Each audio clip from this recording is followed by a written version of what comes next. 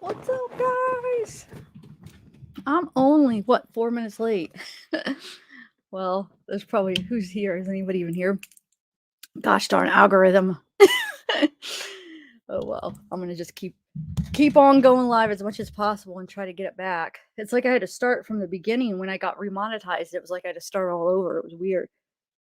Oh, well, what are you going to do? YouTube's got the worst timing to do that. Hey, Patronus. Hey, Jamie. Hey, Jamie. I was reading your comments in the comment section of the I think it was the last video. I was confused what you were meaning because you were in the comment section, right? It was after the live was over. It sounded like you were trying to maybe ask me something, but the live was already over. So I don't know. I was a little bit confused what you were referring to, but hopefully everything's okay. Hey, Princess Megan. Hey, Patronus. Magpie. This is probably not going to be too long of a live because I want to work on the Courtney Clenny pre-records. I was working on this one, try to get those out. But I was just like, I'm always checking up on like Ruby and Jody to see what the heck's going on with them. Hey, Katie, yay! I know, me too. Me too, because I've heard horror stories where people get denied that deserve to be monetized. Like you know what I'm saying? Like mine was for reuse content, which I do reuse content, but you know what I'm saying? There's a certain way you could use it, and you should be okay. So yeah, I proved it to them, and they were okay. You know, they accepted my appeal. They give you like 5 minutes to do a video to explain like basically everything about your channel and why they made a mistake on demonetizing you. But I've heard like horror stories where people that have really good channels lose because they don't understand maybe what needs to be in the appeal video and stuff. You know what I'm saying? Because it's like I did some research, and from when it happened to Plunder, it always feared me. I'm always like, man, that could happen to any one of us. You know what I'm saying? Especially true crime, because we use a lot of news clips. If we're not out there on the streets, reporting ourselves, we're going to have to use clips. So I was always worried about that. So I always did. I did some research, and I feel like I knew what needed to be in the appeal video, but a lot of people might not. So it's like it sucks because they have to wait, and what happens is they said December, so it would have been 3 months I would have had to wait to reapply.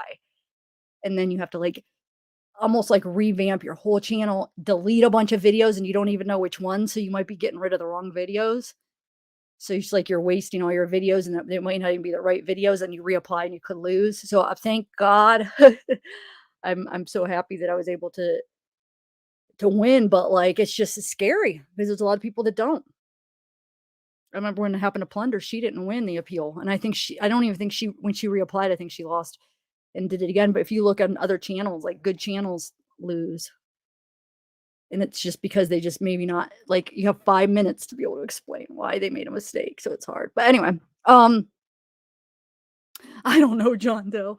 But anyway, so my point is I'm sitting there looking up, Ruby Frank. So they're going to be in court Monday, guys. I did, shoot. Hold on. I typed it out so fast. Let me fix that. I know how to spell it. I just was typing it so fast, so I probably did spell it wrong. Hold on, let me correct it. Thanks for telling me. Oh yeah, I left out a couple syllables, huh? Hold on 1 second. Let me correct that. Oh, hold on. I did it so fast because I was just planning on doing editing my pre-records. Then I saw her other sister came out with a video. I saw the Cellmate came out with a comment. So I'm like, you know what? Saturday's a good day for lives.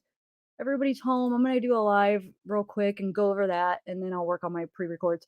And then tomorrow I'm gonna be on True Crime Investigates at 7. So because like I like doing lives the weekend, so since I won't be able to do it tomorrow because I'm gonna be on his channel, uh I figured, hey, I'll do it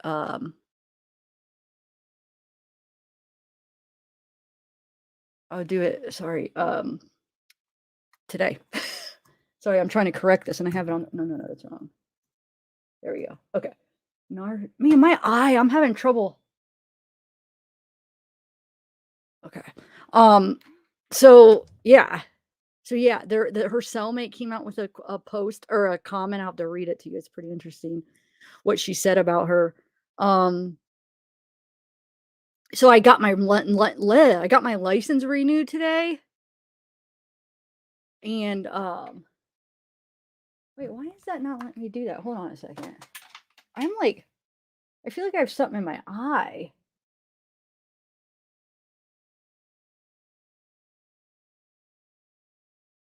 I hope that's hold on, give me 1 second, guys, I just have to correct this and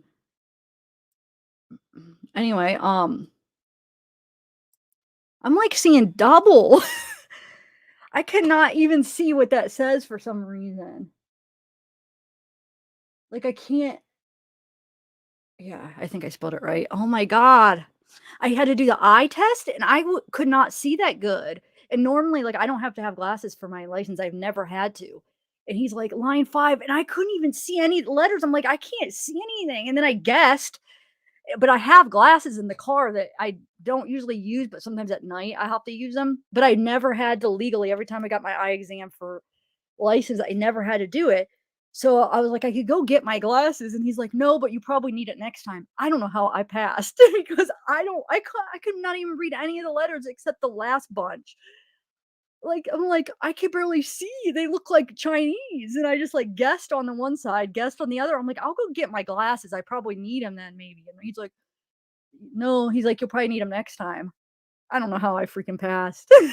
So you do like the like line 5 you do on the left side and then the right side. Those 2, I had no idea what they were. And then the last one where it's in the middle, I was able to see. Like, oh my god.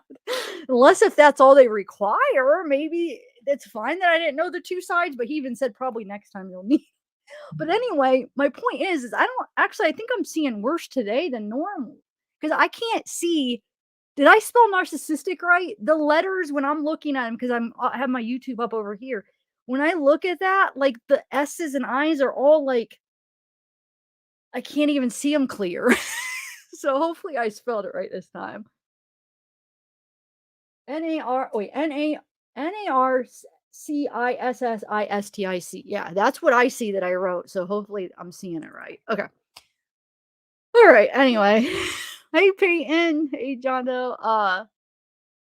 A digit ratio fail of 10% isn't conclusive either. Wait, what? Did I would be eliminate 90%.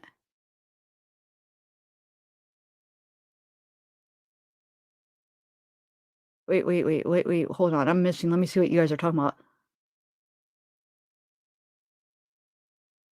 I know it is, and it sucks because there's channels that deserve it, that they just don't know what to include on the appeal video because they don't really tell you much. I only knew because I did research on it because it always feared me. I always like, it's gonna happen to me because I use reused clips and it's just like the robot. You know what I'm saying? It just goes on, and if you used it, and then, but I knew that how I do it would be acceptable. So, but you just have to prove to them in 5 minutes. So I was on it. I actually did it the same day. That morning, I got the letter that I got demonetized. I made the 5-minute clip that day because I was ready, dude. I was ready. I made it and got approved within like I think it was like 4 hours of, it said it could take 2 weeks.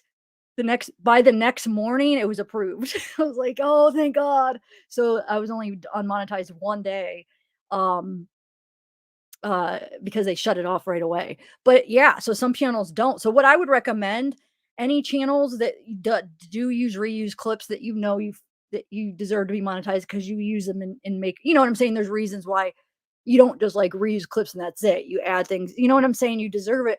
Then, like, do some research on what they expect for that appeal video so you're ready because it's like I feel like it's gonna happen to everybody eventually. Like, it's just the system weeding out some of the bad things. And then so just like I would do research and then so you're ready when it happens, you're able to understand, what needs to be in it, you know? So anyway, yeah, that was always a big fear. And then when it happened, I was like, this YouTube's got the worst timing because but here's the thing. I did research when I was researching it, you see other people that it happens to, same thing. They said their numbers dramatically drop the minute that happens. The numbers just drop like dramatically. There was like some videos show you it's like from like some of them were like for instance, like 20,000 to drop to like 500. And that's what happened to me. So it's like I have to start all over. And I think, yeah, the whole ordeal that happened to me, months ago, that hurt my numbers a little bit. But this is what's really hurting. So if you look at this is about little over a week ago, this happened. If you ever since then, it just like dramatic. Yeah. So it's like they're not like they're restarting, so they're not recommending. It's like I'm starting at the beginning again. So now like not getting recommended to even like some of my subscribers are like, I didn't even know you're alive. Like, please text me. Nobody gets them. So yeah. So it's like it sucks. It's the worst timing though, because I was trying to build up from everything that happened, and now this even took me down lower. This actually hurt me more than the other stuff, I feel like. So yeah. Anyway,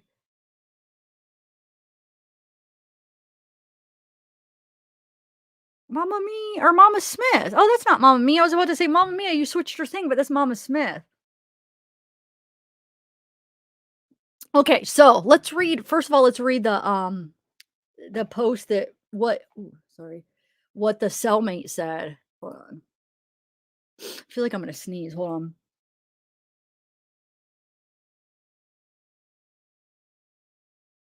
Okay, I thought I was gonna sneeze. You know what actually? The post that I was gonna read, it was like from on what call it the Twitter, but actually, now that I'm thinking about it, it probably actually came from an article. Hold on. There's probably more of it. Hold on one second. Let me see. I wasn't even like I said, I just saw that. So I was like, ooh, cool. I'll do a weekend live. But actually, like I said, now that I'm thinking about it, I bet you there's a whole article that has it. If not, I just have the TikTok thing. But let me see. Okay, yeah, wait. Oh, there's a couple. Yeah, woman in jail with Ruby said she's seen. Yeah, here it is a whole thing. Duh. That's where they got it from. Okay. There's a couple good articles we could read actually that are new. Yeah, let's read this one first. Okay. Let me share my screen. I know, me too. Everything is just like when it rains, it pours, dude. But that's always how my life has been, and that's when I feel like the biggest changes are made. At least for me, like when the biggest things happen, like horrible, like bad things, then it's you learn from them, and that's when you make the best changes. So, yeah, let me share my screen. I'll read the little post that somebody posted in Twitter, but there's a couple articles too about it. So let's just read them. I haven't got to read the articles yet, but yeah, let me share my screen here. Okay, so the Twitter post we'll just read first, and then I found a couple articles that I think they took it from. So this says Monson said Frankie also played mother hen to another woman in their cell who Frankie believed was going through drug withdrawal. Frankie was tucking the blankets under her and mothering her, nurturing her, Monson said. Frankie also carried a Bible with her a lot of the time. She kept holding it to her chest and she closed her eyes, Monson said. At one point, Monson said she saw Frankie crying. When she asked her what was wrong, Frankie said, I just miss my kids. Monson said she doubted Frankie's sincerity, though, saying her emotions seemed to have no depth and that she seemed completely narcissistic. Um, and then here's this article. Hey, Teresa.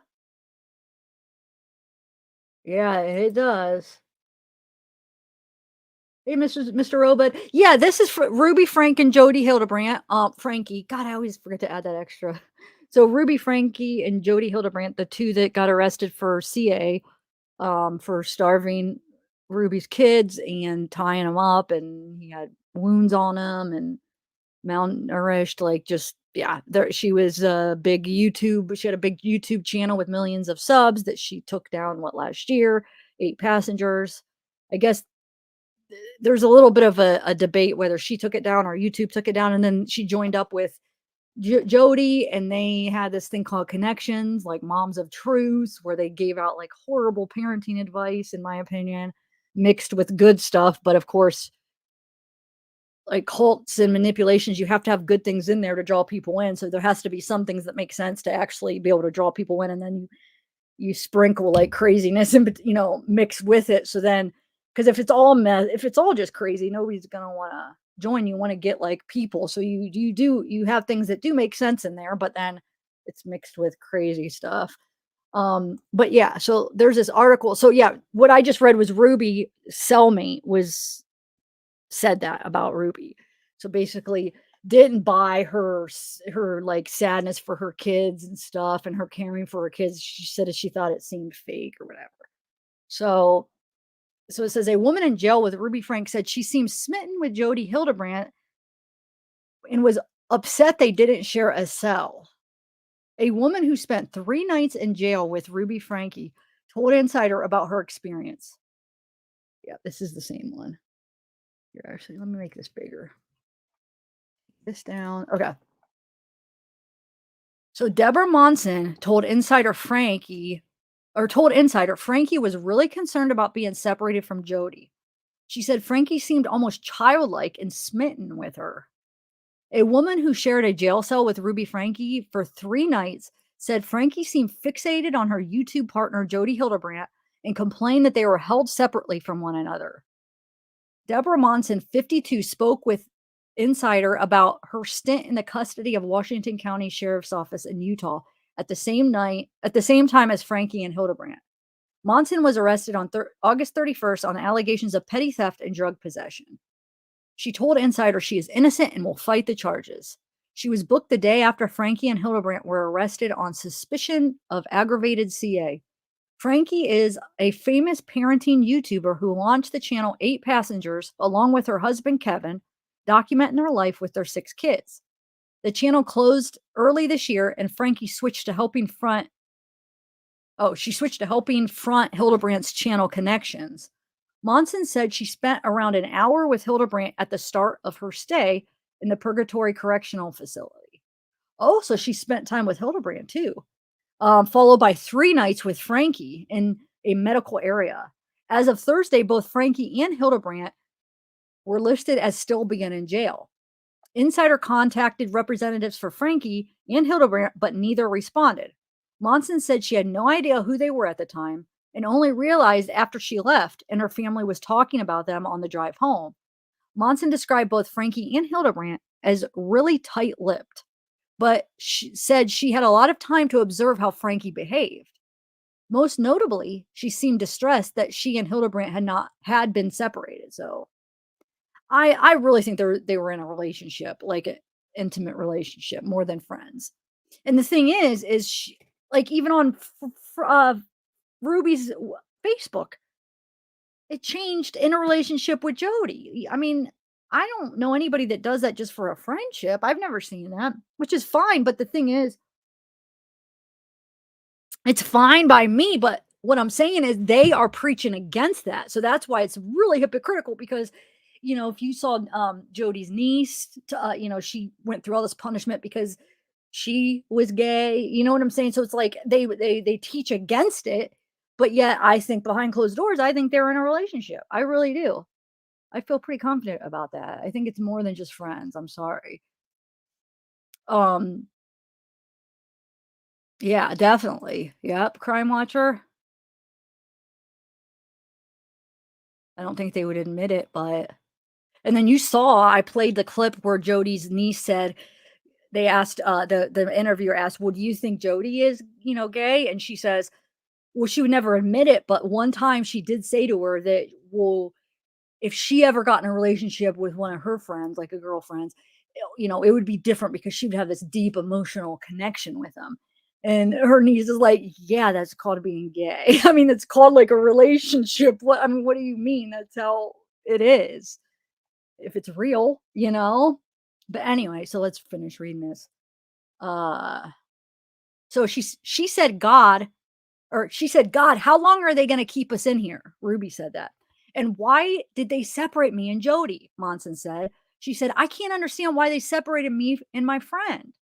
Franke was really, really concerned about Hildebrandt, she said, and wanted to see her, wanted to talk to her.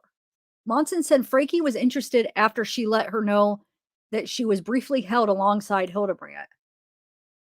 So now, after she knew Monson was got to interact with Hildebrandt, this is what it sounds like she's saying, that now she's interested in this Monson. Right? I think that's what she's saying. Yeah, because she's like, "Oh, what did she say? How did she act? Did she say anything at all?" So Ruby's asking the cellmate because knowing that she was alongside Jody, so she's asking Monson, "What did she say? How did she act? Did she say anything at all?" She said, and described Franke as almost childlike in her manner and almost smitten with Hildebrandt. Monson told Franke that Hildebrandt seemed pretty distraught and didn't want to talk about anything at all. Jody had obviously been crying a lot. Monson said of her time with Hildebrandt, her eyes were really red and swollen and kind of squinted. You could hardly see her eyes. She looked very distressed. She said she asked Hildebrandt why she was in jail, and Hildebrandt looked at her with not a smile, not a frown, but a straight face and said, "I'd rather not say." I said, "Okay, I apologize. I wasn't trying to invade your privacy," Monson said, and that was everything that was said between us. Monson said Franke reacted to her account by saying, "That's what I thought she would be like."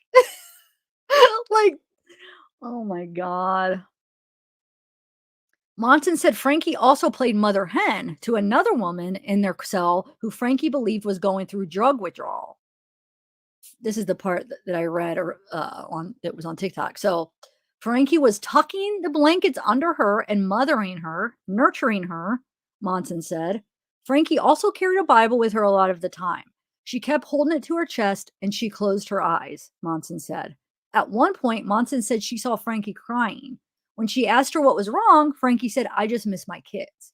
Monson said she doubted Franke's sincerity, though, saying her emotions seemed to have no depth and that she seemed completely narcissistic.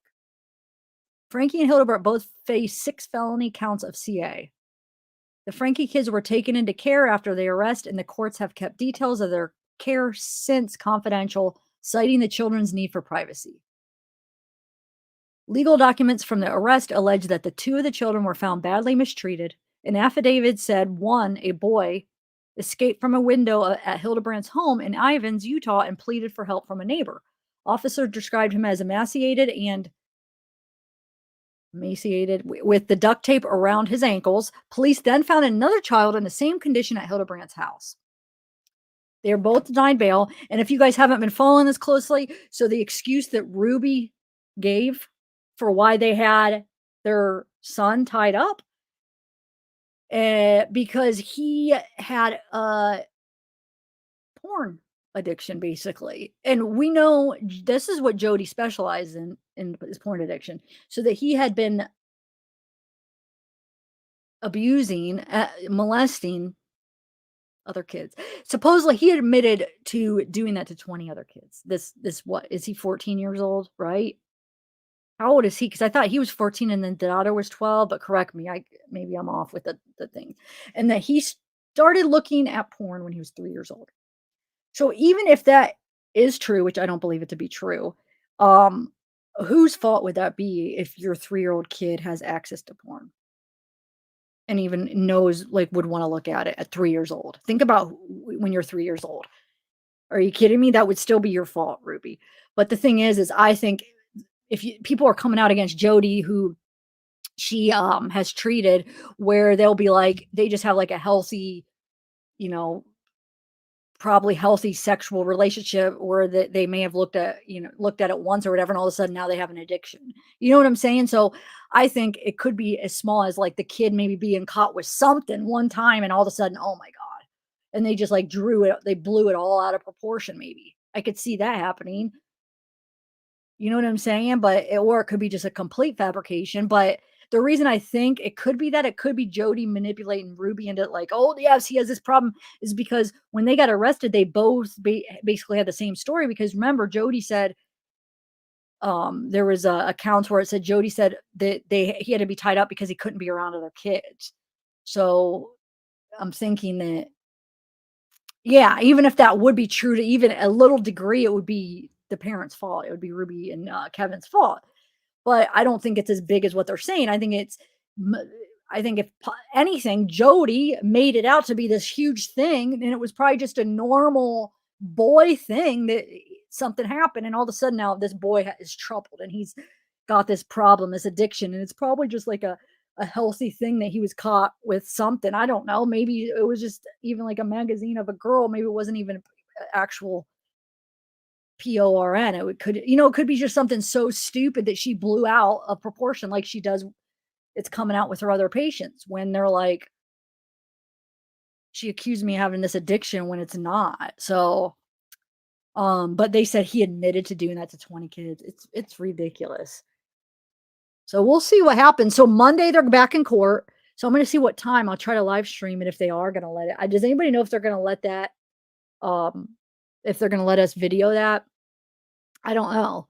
And I guess they have the juvenile court or the custody court, and the juvenile court is Monday too, I think it said, didn't they? From the videos I watched today, it sounded like they were both Monday, which would be the 18th. Yeah, I think. Yeah, exactly, Sharon. Good point. Good point. Yes. Let's see what this one is. Oh, that's the insider where they got that. Let's see. This is from, oh, this is the one I read. Yeah, about the life-threatening medical issue that Jody had, and then also Ruby supposedly had an issue, but she got moved back to the regular block. But Jody had to actually spend a couple days hospitalized, I think, that like they said. But hold on, let me see if let's see if there's anything more in this. I think they covered it all in that other article. Yeah.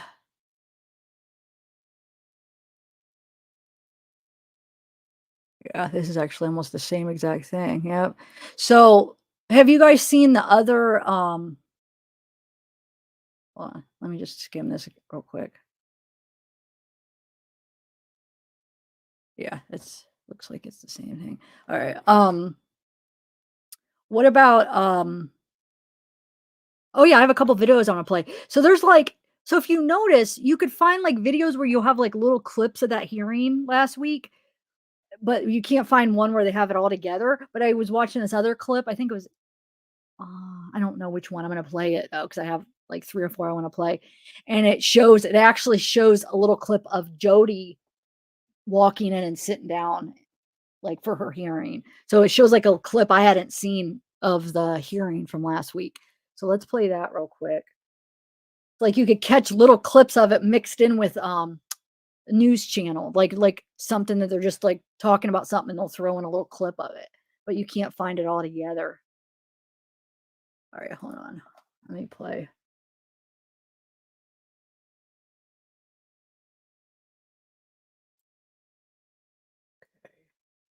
And then, oh yeah, her other sister. Did you see her other sister came out too? So yeah, Brandy came out. We watched that video, the last live. And then the other sister came out with a video about it. So we're going to watch the other sister for sure, because we didn't watch that here yet. And we could watch the Brandy one again if you want to, but I want to watch the other one since we didn't get to watch that together. But okay, so let me play a couple videos. So here is a video, what to expect. Here. She accused me of having this addiction when it's not. So, but they said, hold on a second. It's doing the echo. Gosh darn it. Hold on.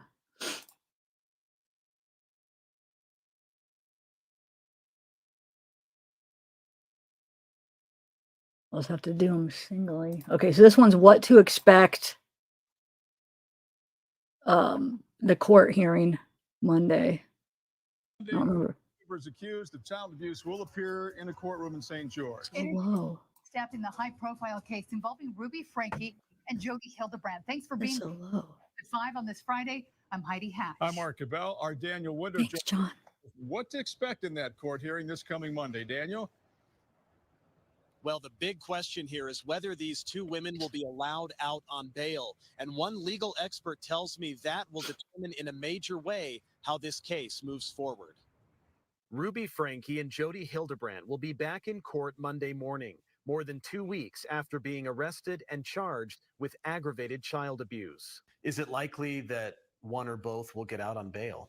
It's possible. Nathan Evershed is a defense attorney and former prosecutor. He says a judge will weigh whether the women are at risk of fleeing and whether they pose a risk to the community. Prosecutors say 2 of Franke's children were found malnourished with visible wounds from being tied up.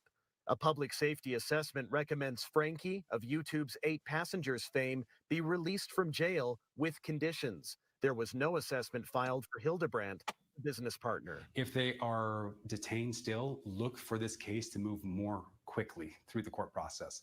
If they're not detained but they're allowed on bail, it's going to probably be a little bit more of a delay. Evershed says the court on Monday could set a preliminary hearing to determine whether there's enough probable cause for the case to proceed. Or, he says, prosecutors may need more time to gather evidence. Either way, Evershed says this case has certainly captured people's attention. There's no case that is as strong or as heart-wrenching as one involving children. And separately, there is also a child welfare case hearing set for Monday morning here in Utah County for Ruby Franke and her husband. That'll take place in juvenile court. Daniel Woodruff. So of course they're not going to, that won't be aired because it's juvenile court, I'm sure. But I think the other one, I don't know if they're going to do it like before, or are they going to let it have video? We'll see. I'll try. I don't know what time. Did they say what time? Here, I'm going to play this other video. I have a couple more videos.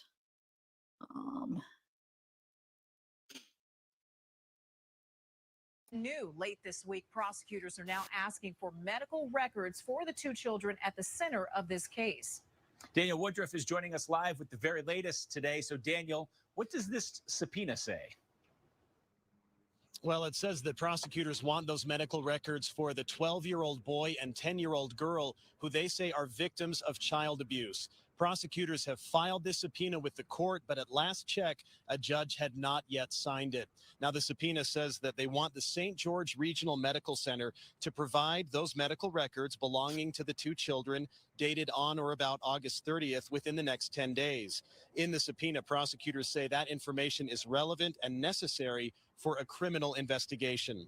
Meanwhile, both Ruby Franke and Jody Hildebrandt are due back in court on Monday in St. George for a status review, but the court tells us a key question there that day will be a discussion about bail. A public safety assessment recommends that Franke be released from jail with conditions while the case proceeds, but there was no such assessment filed for Hildebrandt.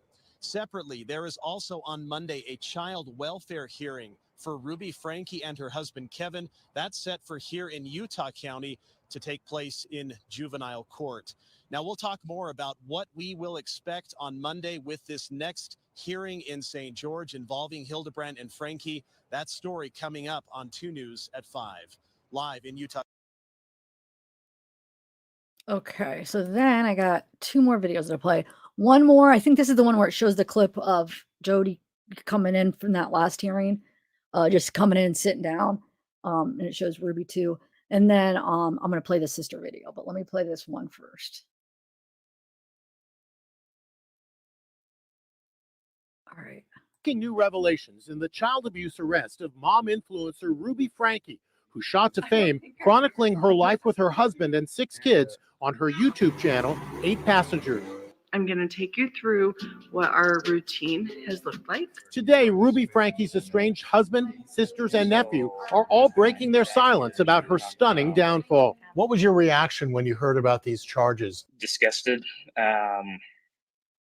horrified. On her YouTube channel, the Utah mom was known for dispensing eyebrow-raising parental punishment, like the time her 8-year-old daughter forgot her lunch at school. Hopefully nobody gives her food and nobody steps in and gives her a lunch. But nothing could prepare fans for the jailhouse jumpsuit-wearing mom's court appearance after she and her new podcasting partner, Jody Hildebrandt, were arrested on felony child abuse charges. Miss Franke's being held on a no bail hold. The women had been offering relationship advice on their podcast when police say Ruby's abused 12-year-old son escaped from a window in Hildebrandt's Utah home.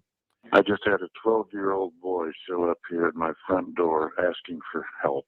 He's emaciated. He's got tape around his legs. He's hungry and he's thirsty. Matthew Franke is Ruby's nephew. Did you see any red flags that made you think that makes sense? Not really. We always thought she was kind of weird, like a little bit on the stricter side, but nothing that screamed abuse. Ruby's sisters are also speaking out. We are in complete shock still as to what she had done because we had no idea of what was happening. I am beyond disgusted. It is truly unbelievable. Wait, did they show that clip where it showed him sitting down? Since they don't show the whole, yeah, right here. Let's watch it again. But nothing could prepare fans for the jailhouse jumpsuit-wearing mom's court appearance after she and her new podcasting partner, Jody Hildebrandt, were arrested on felony child abuse. She definitely looks worried. She's just like Jody, I mean. Well, they both look worried. But it makes me, why does it give me more satisfaction for Jody to look worried? Because I feel like she's the one that really manipulated this family. Not that Ruby had some bad parenting to begin with, but Jody took it over the limit. And like I said, I was saying on the last live, I think Jody intentionally does this, like intentionally freaking is a manipulator. You know how some people are just like, maybe, I think she's crazy too, but crazy, and they really believe this stuff. I just think Jody knows. I think Jody's like a Chad where she knows what she's doing and she knows it's crap. Jumpsuit-wearing mom's court appearance after she and her new podcasting partner, Jody Hildebrandt, were arrested on felony child abuse charges. Miss Franke's being held on a no bail hold. The women had been offering relationship advice on their so let's podcast watch. When police say Ruby's abused 12-year-old son escaped from a window in Hildebrandt. Wait, how old is her daughter then? Because I kept thinking the son was 12 years old, but then I heard that the daughter was 12. So then the daughter is younger. So then I was like, maybe the son was 14. How old is the younger daughter? Like right now?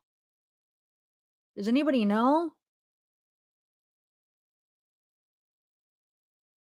I guess I could just look it up. But I know one of you guys will know. Oh, so it's 10 and 12. Okay. I thought I heard somebody say the daughter was 12. So I'm like, okay, that means that the boy has to be 14. Even though I've been hearing 12 at the beginning, but now they just said 12. Okay, so the girl's only 10. Wow. Well, I don't know, Jonathan. I'll look, but I think they might be talking about the lawyer of the dad that we watched last live. I'll see if there's a new one of the dad. I haven't seen the dad.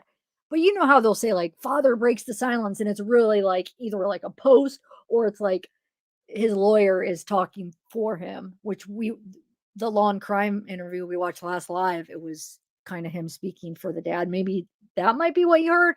Unless if there is a new one, then I'll look. I don't know.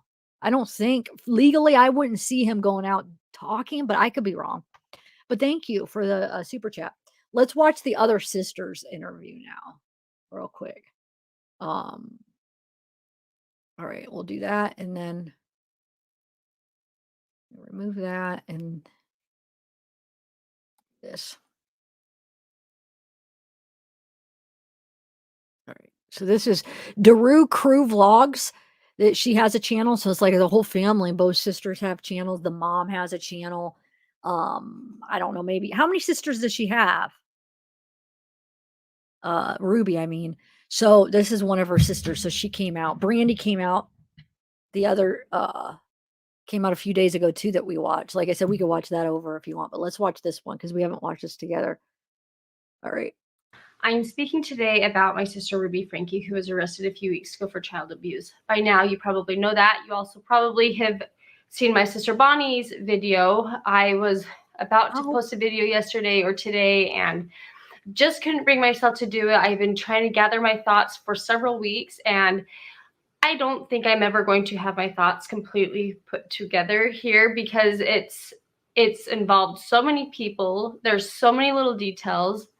I am not going to be a news update. I will not update you on news. I will not give all of the little nitty-gritty details. I know I don't need to sit here and defend myself. I know I don't need to go into the history of what has happened. So we'll see where this goes and how much I get into. But the past few weeks have been extremely hard.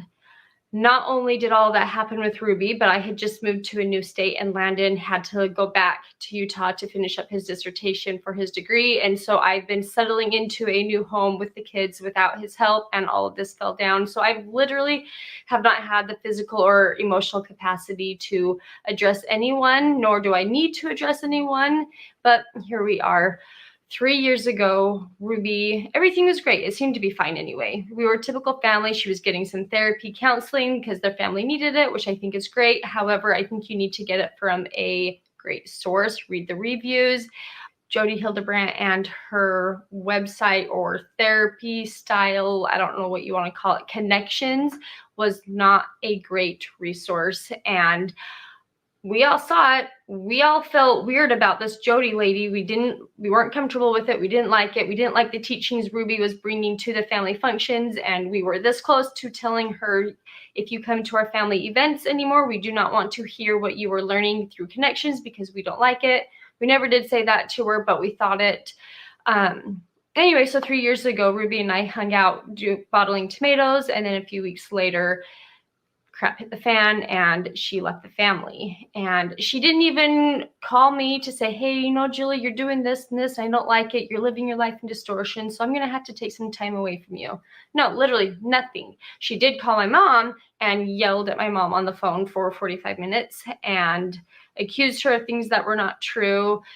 It was almost as if Ruby had been making up memories from her childhood. She was trying to grab at anything she could, and she would exaggerate on everything. So she started all of her lies back then, lying to everyone in her life, getting rid of all of her friends and family. And I literally had no contact with her. She wouldn't respond to any texts or emails over the time that I tried reaching out to her. Never got a response from her. So I was very fortunate to have been able to reach out to her daughter, Sherry, once she was an adult, and we were able to form a really close, strong relationship, which I am grateful for. And it was then that I learned more about Ruby, and it was then that Sherry had learned about lies that had been told to her. I feel like me and my other sisters have said, we feel like we've just been kind of floating on a cloud here these past few weeks. We are in complete shock still as to what she had done because we had no idea of what was happening. Basically, I'm here to say that I had no idea what was happening. Like Bonnie mentioned in her video, we are not going to let Ruby destroy another thing in our lives. We have our platforms where we try and bring brightness and positivity into other people's lives. And that is why we didn't talk about Ruby in our content for the past 3 years. Yeah, we try and show the highs and lows of everyday family and parenting, but Ruby's topic was not supposed to be part of that content. And it was none of your business. It was nothing that we needed to talk about. And I wasn't sure if her kids were maybe still watching these videos, and I didn't want to be not tactful and slander their mom and then have them watch those videos. That didn't sound like a nice thing to do either. And so that is another reason why we didn't talk about the subject of Ruby for the past few years on my channel. However, as far as my platforms go, I do want to continue them, but the content will probably look a little bit different. I have some pre-recorded videos before all of this fell apart that I will be posting. And then after those videos, I will probably just shift my content a little bit and it'll be a little different, but I will still be here posting probably once a week instead of twice a week like I had been. And I hope you guys stick around. Those followers who have been following me for years saw past all of this. You were here to support and love no matter what. The people who came here to my comment section with negativity and attack were probably people that didn't even know who we were. And so I know not to take offense to all of that, even though it was still really hard to see and hear all of the negativity. So if you have been a longtime viewer and you have stuck around, thank you so much for your love and support. And if you are new to my channel, welcome.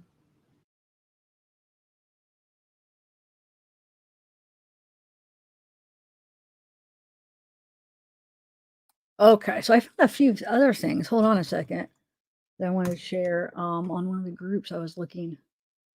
So give me 1 minute. There's a couple videos that look like they could be interesting that I haven't got to see. 1 second. Oh.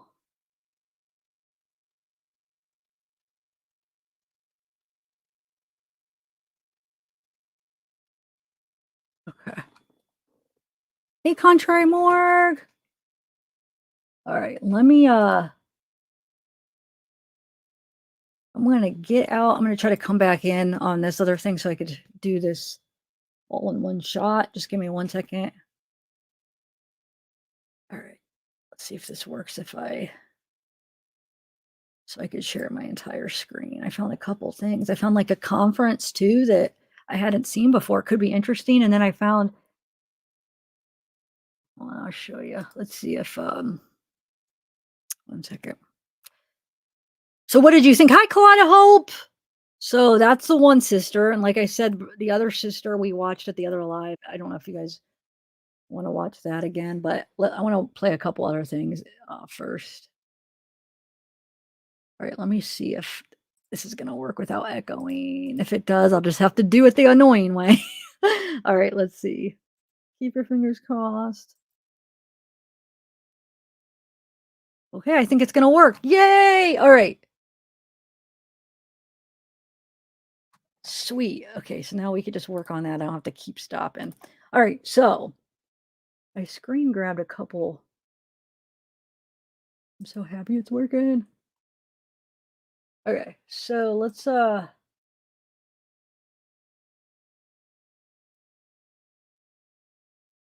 here. So I got a couple things off of groups. They had a couple interesting things. So today, look, because today's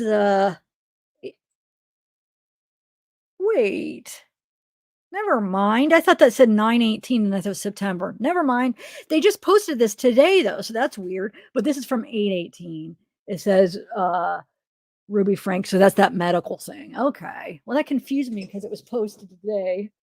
I was thinking like September, but so here's where it says medical A. Because remember we heard on the date of the hearing, that first hearing. Would that be right? That date though? Wait, that would be the 30th. Because when did they get arrested? What day? Because the day of the hearing, they said that she was on the medical block. Remember? Ruby, I'm talking about. And it was almost like they didn't know if they were going to have to cancel it for a medical thing. And then she was okay. She did the hearing and then she went back to the regular block. But then Jody, I think after the hearing, had to be hospitalized, supposedly. But here as it shows that she did. I wonder what was ever came about that. I had read that in one of the lives. But it was kind of interesting. Hold on 1 second. So I just wanted to read this. So the Connections is a foundation with Jody Hildebrandt is a nonprofit organization focused on changing lives by teaching the foundational principles of honesty, responsibility, and humility, helping individuals, families, and communities learn true connection. This group was created to connect like-minded individuals in order to grow in truth by posting insights that create dialogue and challenging faulty core beliefs while uplifting, inspiring, and creating meaningful connection. Oh, yeah. A lot of people were thinking, was it maybe withdrawals, like drug addiction withdrawals where they had to get, I mean, it's because benzos is one of the few drugs you could actually die from withdrawals. Alcohol is another one you could die from the withdrawal symptoms of, just going cold turkey. So they would have to slowly, come off of them. Not that there's people that survive when they come off of it, but it could be dangerous, So maybe, yeah, it could be. Where did you hear that, John? Oh, thanks, Debbie. Thank you. That's so sweet. Aw. That is the sweetest comment. Thank you. Cuticle seeker type. Yeah. Yeah. I mean, never know. And then here is somebody posted this. Let me see, mental health counselor active. But what is this date? expiration next September. It would expire. But I think after this, she probably is going to lose it, right? I would think that the board would, that they would suspend it after this whole ordeal, but they might wait to see if she's convicted, is she found guilty? I don't know how they'll handle this. But it says no disciplinary actions within the time frame established, which we know she did have the disciplinary action, but she went through the whole process and got it back. She had to go like supervise. Remember, I've read an article or there was stuff out where it said she had to go through like a process to get it back, where she had to like supervise like counseling like once a month per patient and all this stuff, where she was able to get it back, I guess. Oh, this is from here. This is what I wanted to read here. I've read this before, but it's kind of interesting. And those of you guys that maybe didn't get to see it before. So it was Sherry. Oh, hold on. And then we'll watch some of the videos, a couple videos that I found that I never seen. So it says, Jennifer said that Ruby and Kevin's oldest child, Sherry, came to her and said she wasn't allowed to speak to her father. Sherry told us that Kevin was kicked out last July, 2022. And I think that was the time where she posted in a relationship with Jody, right? I'll have to look at the date on her Facebook. At the time, we never knew about Jody and the influence she would have on the family. At the time, Sherry told us, my dad won't talk to me. He wouldn't take phone calls, answer emails, etc. She continued telling Jennifer, my dad thinks he's a horrible person. They, Ruby and Jody, have him brainwashed, believing he is a bad person. Sherry tried contacting her father after he moved out, but he blocked everyone on social media, his cell phone, email, which we think she made him. Remember, he came out and said that, I think it was the lawyer, right? That did the interview with Long Crime. I think that's when he said that he wasn't allowed to talk to the kids. Ruby said, this is if you want to save the marriage, you can't have contact with the kids. You can't have contact with me. Basically, you know, he had to move out, and he was so interested in saving the marriage that he just like went along with it in the hopes of getting back together. That's bullcrap. You're going to say you can't, for a whole year, you can't even talk to your own kids? But this makes sense because Ruby said he wasn't allowed. I feel bad for Kevin. He's like almost brainwashed. I feel sorry for him. So that's whoever this Jennifer person is, I think, is saying that, right? Or I don't know who's quoting they're saying that. I've known Kevin since he was 11 years old. He's a good guy. Ruby and Jody brainwashed him into moving out and abandoning his family. After Ruby was arrested, my husband called Kevin and told him if he needed anything to let him know. Kevin responded by saying gaslighting is real. This is messed up. All right, so now let me play. Look, this was linked in one of the groups. I don't know. Let's see what it's going to say. So it says, this is the Connections Coaching on Instagram. There are a lot of misconceptions you may have about what makes you a good parent. Here's a few. Join us on Saturday, October 24th at 8 a.m. on Zoom for a free couples conference to help create joy instead of fear. Let's see what they say. Contaminated parenting are things like beliefs that it's my job to make my kids happy. Give them a magical childhood. It's my job to give my child a magical childhood. It's my job to make my children smile and laugh. It's my job to make my children successful. It's my job to prevent my children from having pain, right? All of these, they all come from the same place.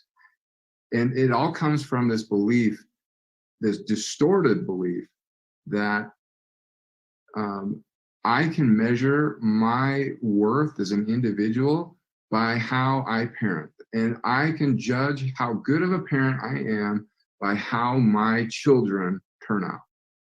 And some of these parenting isms, these cultural isms that have contaminated parenting are things like beliefs that it's my job to make my kids happy. Give them a magical childhood. It's my job to give my child a magical childhood. It's my job to make my children smile and laugh. It's my job to make my children successful. It's my job to prevent my children from having pain, right? All of these, they all come from the same place.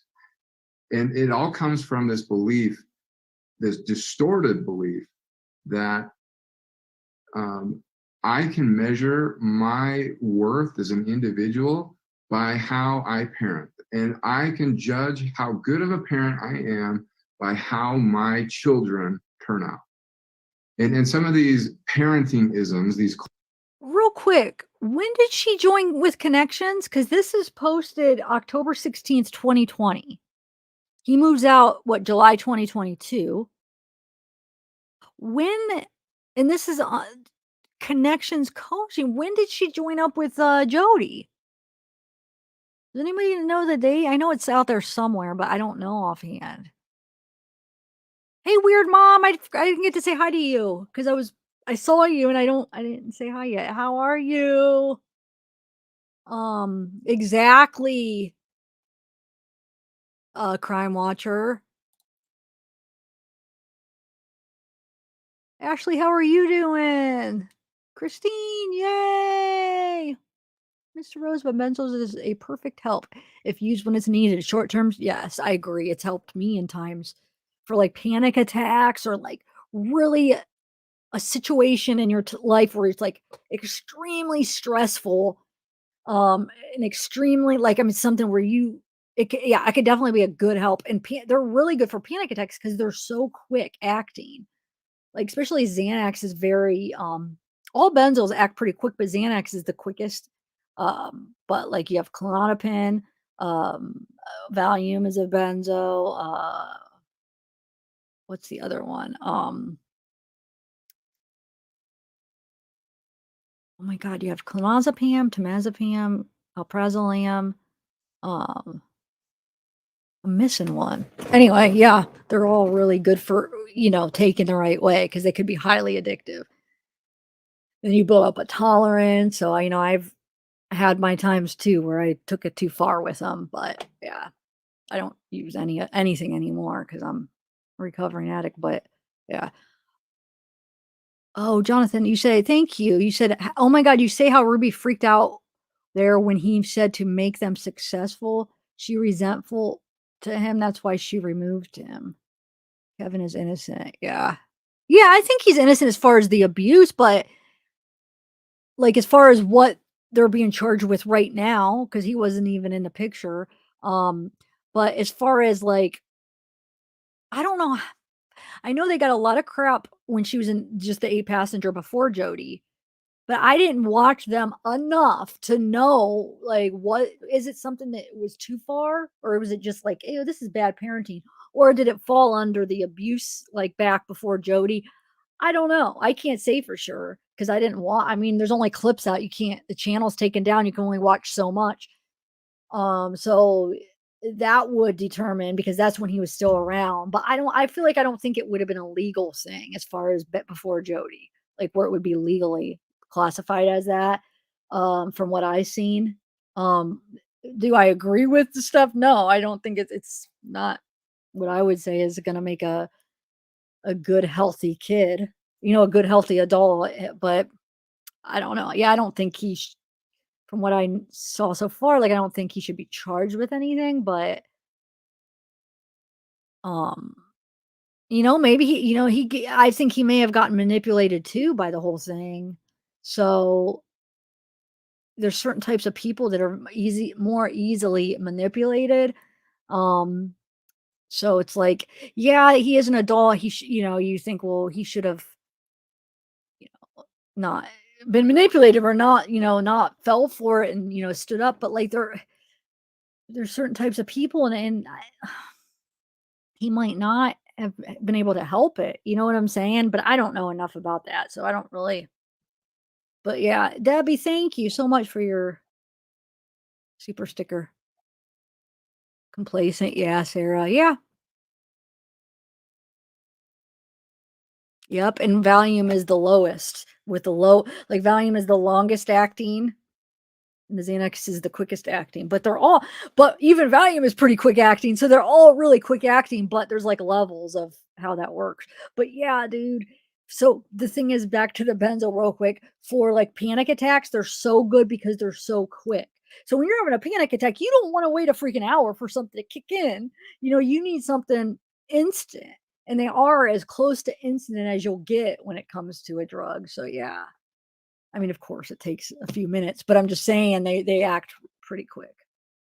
So yeah, they can help a lot of people, but a lot of people abuse it.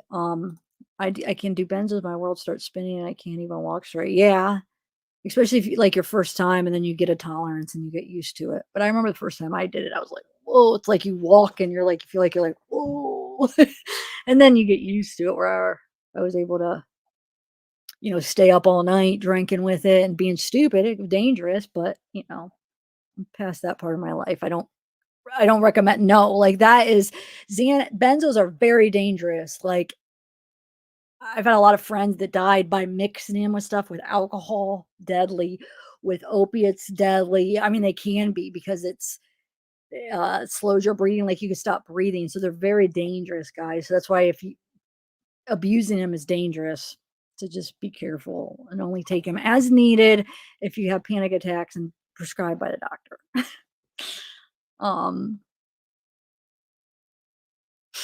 Yeah.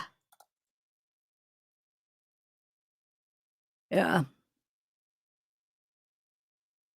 Because alcohol is one of the really dangerous things to take with it.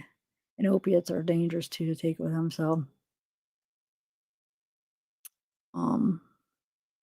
yeah.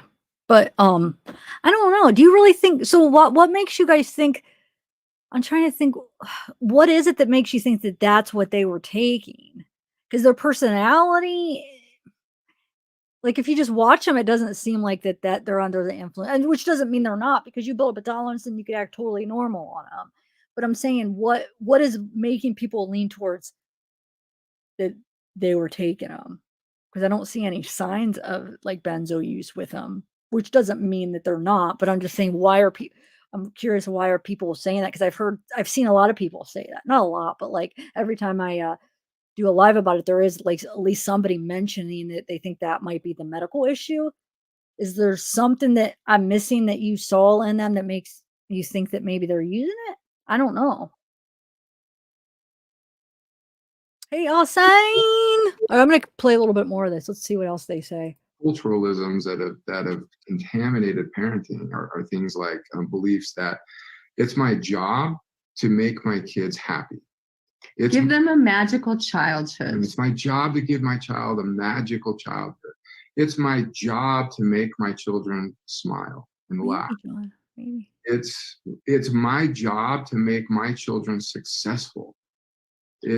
It's my job to prevent my children from having pain, right? All of these, they all come from the same place. Yeah, I saw her reaction. And it all comes from this belief, this distorted belief that I can measure my worth as an individual by how I parent. And I can judge how good of a parent I am by how my children turn out. I have a question with Instagram. Is there a way to like start, like, let's say I want to like rewind the video and listen to something again. Is there any way to do that on Instagram?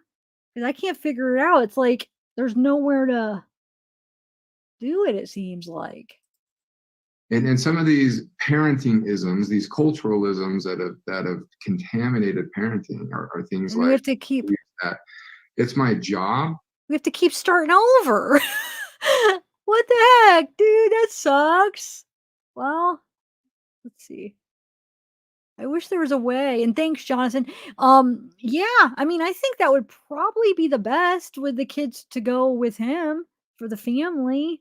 So they could stay together. They could be at a familiar spot with him. I don't think they'll be in any harm's way being with him, and to be honest. But here's the problem. If she gets out on bail, let's say she does get a bail, right? Let's say, because there's a possibility she might, yeah. If she gets out on bail, and she's probably not allowed to have contact with the kids, I would guess. I would hope that would be the thing until her trial. Now, is she going to follow that, or is she going to manipulate Kevin? Because she's already got control over Kevin, I feel like. So is she going to somehow manipulate him into, number one, maybe seeing them, but maybe she won't go that far seeing the kids because she might not want to risk jail.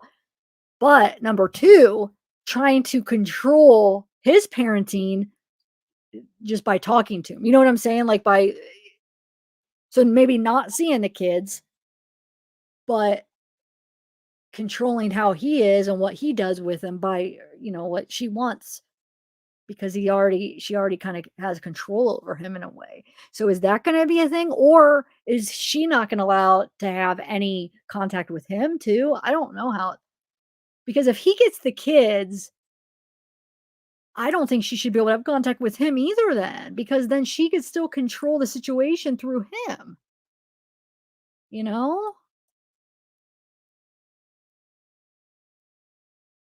Oh, thanks, Jonathan. You can use a website to download a video, then you can just play with the video. Oh, okay. Yeah, I download videos. I have a couple websites. I'm trying to think if I don't think I've tried to do Instagram videos. Here, let me try. I could do that. Oh, isn't even. Oh, hey, Peyton. Did I say hi to you already? All right, let me see this other video. This one was somebody posted. I think, let's see what this is. But it's not coming up like any channel. Look, there's nothing underneath. I've never seen that before.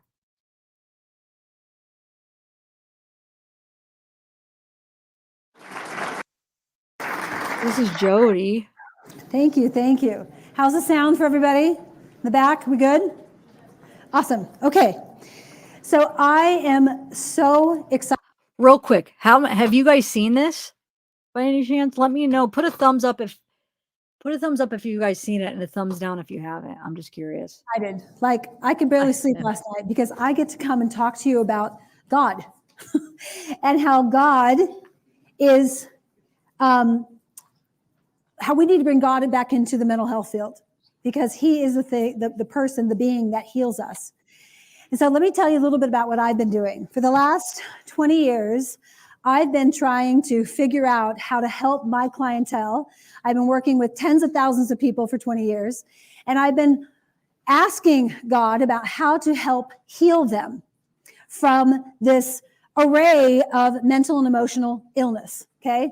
So all of us know that depression, anxiety, suicidality, all these presenting issues and symptoms that come into your office or in your families, or maybe are even inside you. And so I have been on this journey trying to understand how to use principles that are God's in helping people heal. So let me back up and talk to you about when I was a child. So I was the sixth of 7 children. I have one sister. So I had all these brothers ahead of me. And my parents were both emotionally shut down. Now, I didn't know that as a child, but now I do. They were emotionally completely not available for me or for any of the other children. And so chaos went on in our house a lot. And none of us were really allowed to emote other than to get angry or to just stuff it. And so I learned how to be really nice. I learned how to be kind and helpful and gracious and good.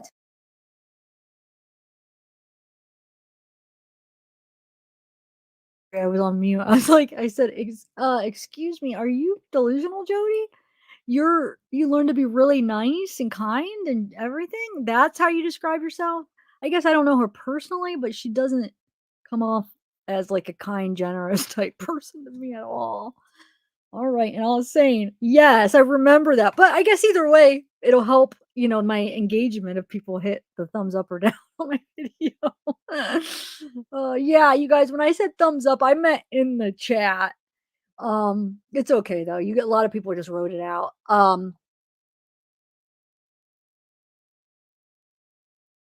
Oh, Debbie, I could get one, but when you guys say Cash App, do you mean like Venmo or what? What do you guys, what is the popular one? I could set one up. I have PayPal. Isn't that a Cash App? Because PayPal's instant. But if there's another one, let me know. I could set them up. I just haven't done a Venmo yet, but is there another one that's better? Yeah, Rainy Joe. Hey, Rainy Joe, how are you?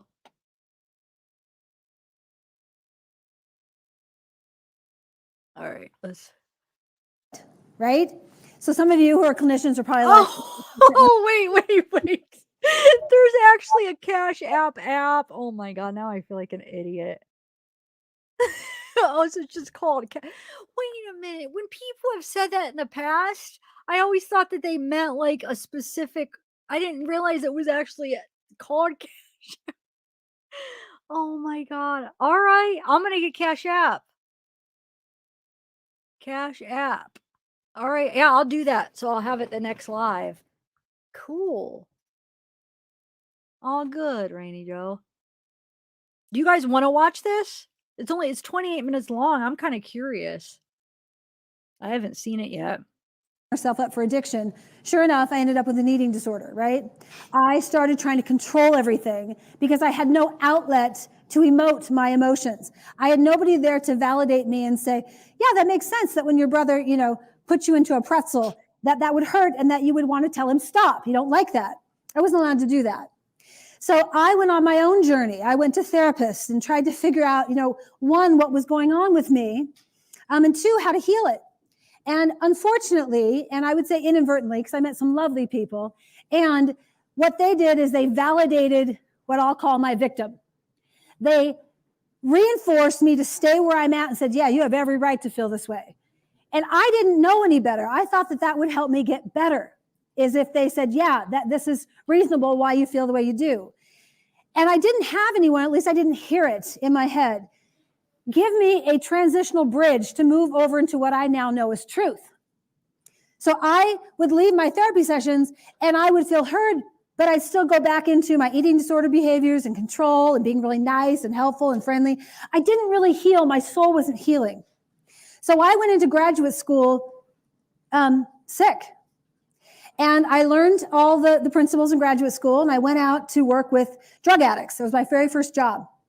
And as I sat across one of my very first clients, he presented in a very, what I'll call, adulating way. He was very narcissistic, and he had a tragedy happen to his son. And he became really aggressive with me when I would invite him to look at his own behavior. He's like, listen, I just had this tragedy with my son. My son is super sick, and this isn't about me. This is about helping my son get better. And I'm like, well, what if your son doesn't get better? And he went into this place that I will introduce originally called Distortion. And I'm going to talk more about Distortion this afternoon. He went into a place of distortion, and he would get angry at me, this is part of his distortion. He'd get angry at me. He'd want to blame me. He'd want to blame his wife. He'd want to blame God. He started blaming all these people. And what I learned as I worked with him is that as I gradually started confronting him with 3 principles, this is what I learned. Teach him how to be responsible for himself. Teach him how to be honest, and teach him to be humble. So I started working with him. And he and I had a love-hate relationship. And as he got ready to leave treatment, he was more on the hate side of me than love side of me. 5 years after that, he called me up and he said, Jody, you saved my life. Now, I know it wasn't me. And he said, nobody ever confronted me. Nobody ever invited me to be responsible for my behavior. This guy's a multimillionaire. He owns numerous companies, and everybody, quite frankly, was afraid of it. And I was, naive enough or young enough or dumb enough to not know who he was, and I would just confront him.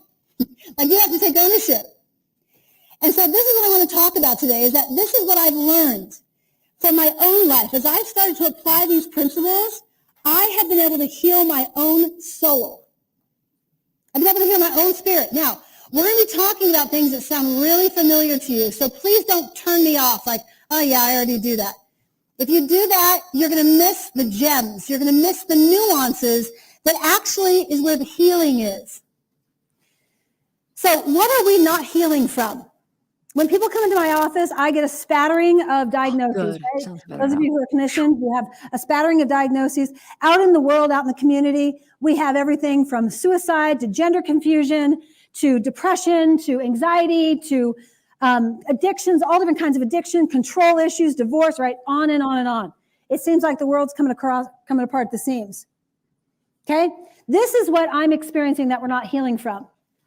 Abuse, resentments, fears, feelings of worthlessness, entitlement, depression, anxiety, defensiveness. Okay? And I could make another, 4 lists of things that we're not healing from. Here's the key. This is the key. Responsibility. Responsibility. I am responsible for 3 things. I've learned this over the last decade plus. I am responsible for my own perceptions. It's what Shannon was just talking about. It's spot on what she was saying. I'm responsible for my own perceptions, which means my thoughts. And then when I perceive, I then feel emotions.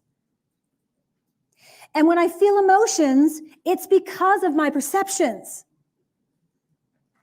And when I perceive and then feel emotions, then I then choose to behave. And so I'm responsible for that whole process in everything, even when I'm depressed. So when I talk to people, they'll say, yeah, that's nice and good, but I have depression. And I'm like, okay, wait, stop. You missed what I just said to you. And then they'll say to me, are you suggesting that I'm responsible for my depression? And I'll say, yes, you are. That's one thing. If you don't know me, I'm really blunt, really direct. Some people hate that. Some people love that. It's like, tell me more. That feels right. Because I'm not suggesting that you're a bad and unworthy person. I'm suggesting that you don't have the skills and the tools to really understand how to apply these principles that are being governed by your choices. So there's 4 principles I want to hone in today on: choice, honesty, responsibility, and vulnerability, which means be open, be teachable. I'm hoping that everybody in this room is vulnerable today, that they're open, that you're willing to consider what I'm saying, because this is a brand new modality. Not that responsibility is a new concept, but the way I'm angling it towards mental health is brand new. So this is the key. So let's talk about relationships. I want to differentiate between relationships and dynamics. Okay? So we're in a culture, and our culture. Sorry, I got to stop it every once in a while. Hold on. I'm trying to see what I was going to respond to somebody's comment. I know, right? A laugh a day. Oh my Lord. This is kind of interesting though. I mean, just to kind of see her whole thing, like what it's all about. So let's see. So she had a eating disorder. She was brought up in a house where like she learned to like keep in her emotions and her thoughts and stuff, right? I miss a lot when I watch things on lives because I'm in the live chat trying to, respond to you guys and type things out. So I miss a lot that, like, if I was watching it on my own, I would be able to absorb more. I wish we knew more. Maybe I could try to find stuff. I don't know if I'll be able to, but to try to find out her family, like does she have brothers or sisters, her parents? How was she really brought up? Is that true? Was there any CA in her family being brought up in any way? Was it a good childhood? What did her parents do? I don't know. I haven't even looked into that. It's like there's a lot more about Ruby out there because her family's all on like social media and stuff. But yeah, I'll try to see if I can find anything. Oh, she has an older brother times 5. Wait, she has 5 older brothers? Wait, is she the youngest kid?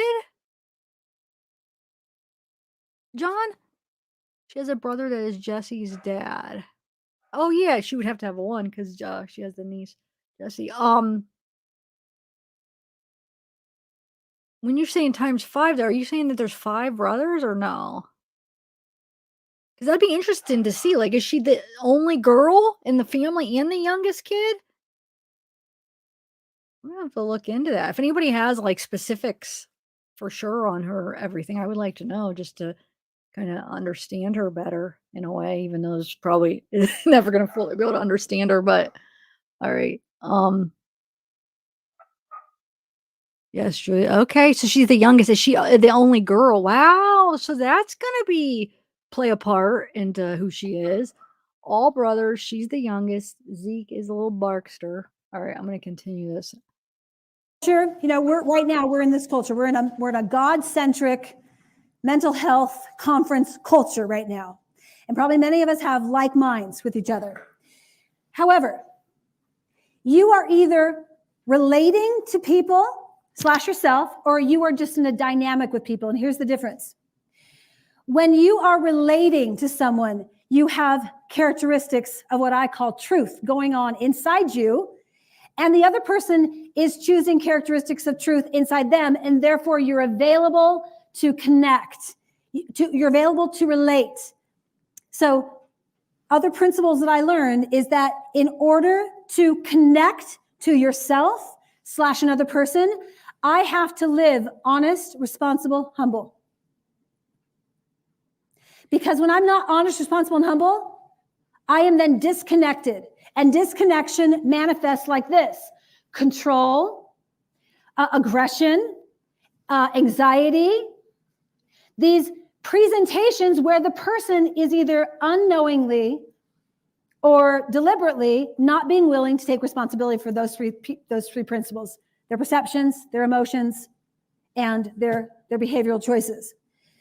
So I'm either in a relationship or I'm just in a dynamic. Dynamic just means that you and I are talking, but we're not connecting, right? Everybody here knows what it feels like to connect with somebody. I've been talking to many of you over the course of this morning and this afternoon, and numerous of you, you walk away and I'm like, whoa, that person's connected. They're connected. You can feel it. You can see it in their eyes. They're connected. They're present. And the way that you are connected, I guarantee you, is that you do your very best job at using your choice in honesty, responsibility, and your open. Ashley, wait, did you read her book? Hey, Lisa, did you read it or no? How many books does she have? She seems like the type that would have like multiple books for some reason. What movie, Peyton? Sean. Jody, shut up. We don't care about your distortion. Why does that make me laugh right now? That comment's awesome. Hey, Harley Ryder. Ooh, I'm telling on you. You've read part of it. Wait, did you order it online or did you buy it? What's it called? I have this static in my hair and it keeps. What's her book called?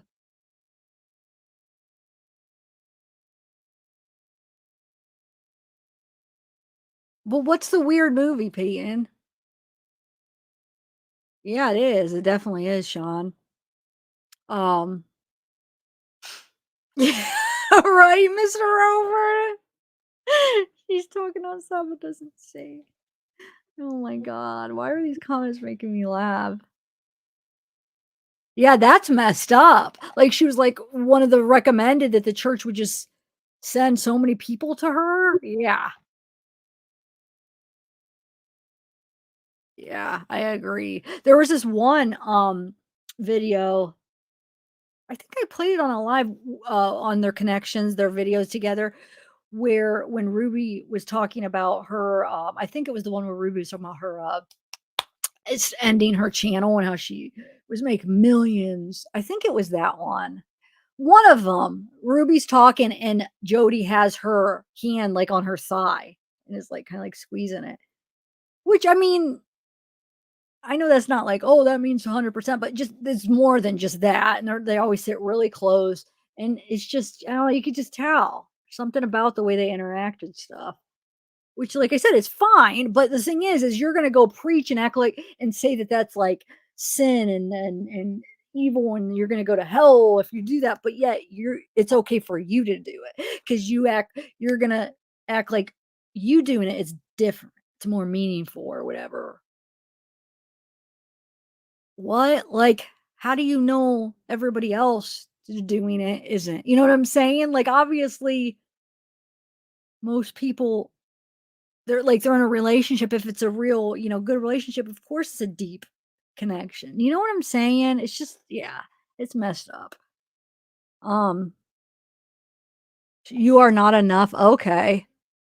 Oh, I don't know if I should. Part of me wants to read it just so I could see this crap and like learn about it and just so I could see learn how like it, how she manipulated people, like what it was, kind of like see the craziness. But then it's like, do I really want to waste my time on her? So I don't know. I might like try to skim some of it, or actually you could just tell me some stuff that you learned in it, maybe some of the key points, maybe. Open. So my first relationship is always with myself. So I am responsible right here. Another thing I learned, the only thing that I can control are my thoughts, my feelings, and my behavioral choices. That is it. I can't control anything else. And my guess is that many of you have been in relationships or child-parent relationships that you're like, oh, I wish I could control them. I wish I could get them to do what I want them to do, and you just can't. But when you try, you then disconnect from them because you go into a controlling posture. You go into a dynamic instead of a relationship with them. So people will say, well, if I love this person, then how do I get them to? And I'm like, can you hear how you're going down control lane? You can't get them to. Your job is to speak the truth to them about their responsibility, which is they're responsible for their own perceptions, their own feelings, and their own behavioral choices. So no more of this. You made me do this. Because of you, I feel. If you wouldn't have done that, then I wouldn't have done this. All of that is called distortion, which means distorting the truth. So here are my potential relationships or dynamics. I would invite each of you to look at yourself and see how connected you are or how disconnected you are to these areas and then everything else. Okay? So relationship is about connection, and connection, the fruit of connection is being honest, responsible, and humble. That is the way that you have the outcome of connection. You can't just be connected because you wanna. And you can't be connected because you have lots of money or you're really nice. I talk to a lot of women that are like, but I'm so nice. And I'm like, and you're very controlling. And they'll be like, nobody's ever said that. I'm like, well, let me help you see how when you try to not be honest with your boyfriend or your spouse, you're controlling his perception of you. Well, I don't want him upset. It's like, that's the control. Right there. That's not nice for you to lie to him. Now this is like, whoa, I've never even heard of that. So everything comes down to your choice. I love choice. When I finally figured out, and again, this took a lot of years. This wasn't just, bing, I got it. But when I finally figured out that my healing resides inside me, oh my goodness, I was like, I want to tell everybody. Like, guess what?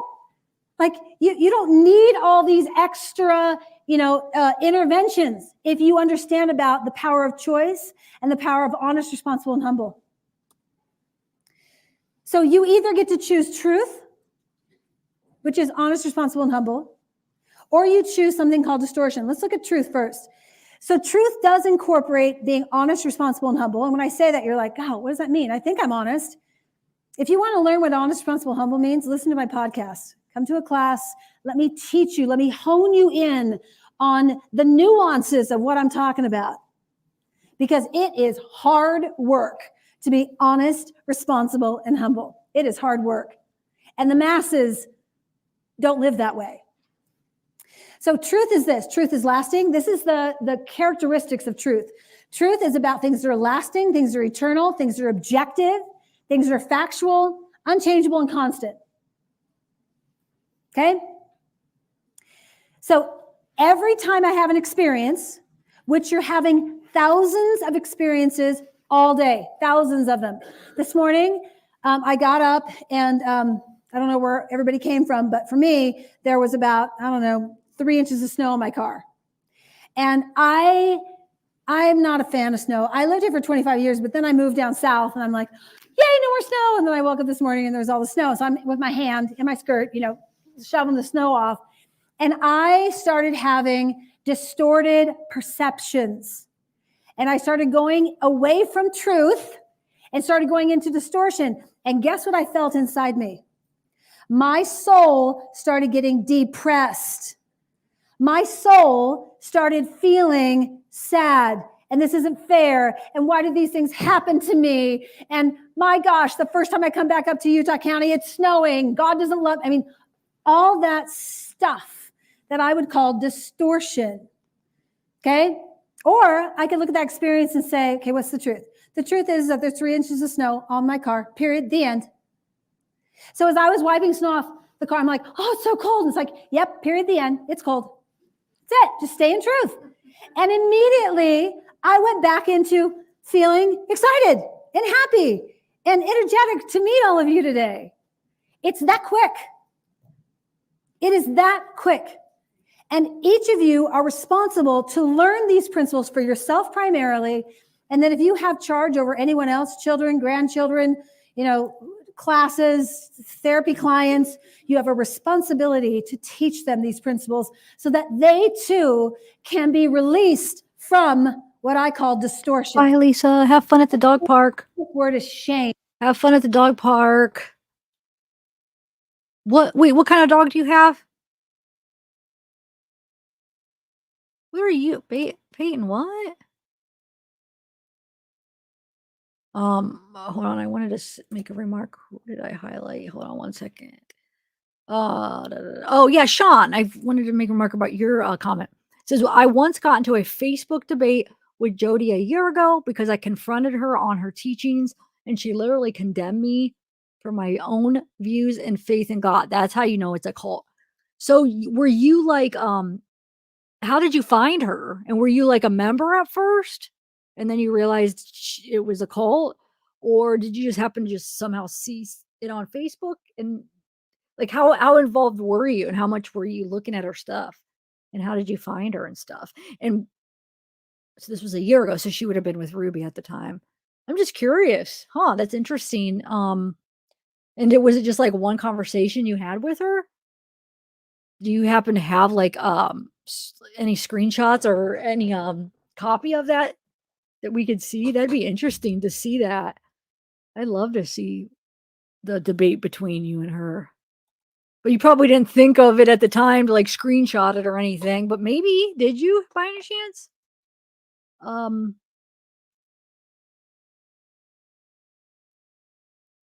The jacket, John, yeah?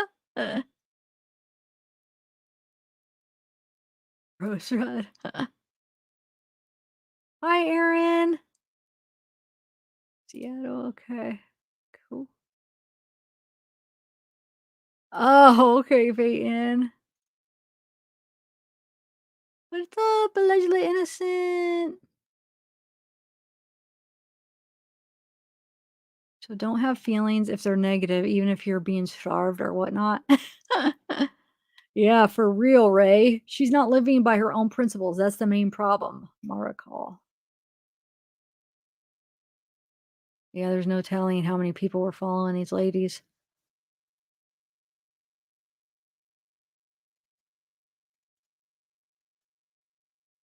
Well, I do. You don't have PayPal, Debbie? I do have PayPal right now, but I'm going to set up Cash App. I can't believe I didn't realize. And I've seen it because I've heard people talk about that or ask me. And like I said, I just thought it was like, I was always thinking, well, I wonder which one I should get. But yeah, I'll set that up at today, actually, after the live. But I do have PayPal now.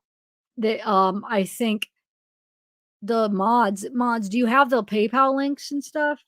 They're on my channel too somewhere. Like, oh, and I have it on my description, the PayPal links and on my description of my channel too. But I'll get that, Debbie. Oh, it's Ruby Peyton. Wait, what about what was I watching? Hold on a second. I was watching whose dog was it? I was watching a video, I think it was. Or was my mom? I don't know, but somebody's dog was Ruby, and I thought, like, instantly I thought of Ruby. All right. Oh, wait, here you go, Sean. I was waiting for you to respond. That's why I was. Okay, so you said I had known about 8 Passenger, and as soon as all the connection stuff began, I knew it was twisted. Oh, okay. So you never had like an interest in it. You just saw it on Facebook and knew it was kind of twisted and got in a debate with her. Is that how it happened?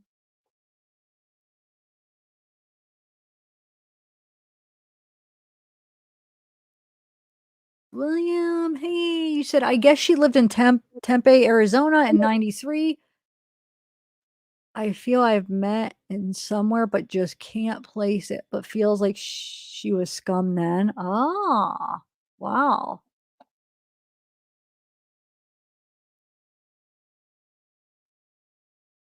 I think that Jody got to Ruby, which made everything even worse for the kids. Yeah, no, it definitely did. And I think since, Ruby was so big on 8 Passenger and probably had, like she said, made millions, had money from it and stuff.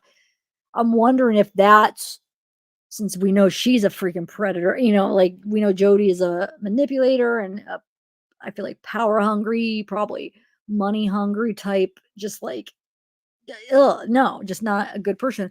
So I wonder if she looked at somehow, I don't know how she met Ruby. Did they ever say? But looked at it like, ooh, I could, what's the word for it? Take advantage of her, not only for, her having such a big following financially. She made a lot of money. She has a lot of money. So I wonder if that was one reason why she was interested in Ruby. You know what I'm saying? Because I don't know how. She probably met her through the church, huh? Ruby. But I'm sure there was some kind of motivation because of that, right? Okay, so I'm glad you're back there for our chats, but you're getting bigger and you still have 87 followers. So, oh, thanks, Crime Watcher. Oh, that's sweet. I appreciate you guys. It stuck by me. Okay, so Sean, just the stuff they were teaching, and then Ruby being exposed for abuse, it's just all connected. And then I confronted her. I was following Marky's coverage of everything. Okay, cool. So she just was a kind of a jerk, like when you questioned or went against like any of her teachings and saw something that you didn't agree with and went against it, and then she just attacked, right? Or how did she do it? Was it like, because the manipulation could come in all forms. It could be like where it could be a more of an attack, or it could be like where they're very like make you feel like almost come across as understanding and very nice, but they're doing it like in a way where they're manipulating you. I'm just curious how she went about it. All right, so let's see if I missed anything else.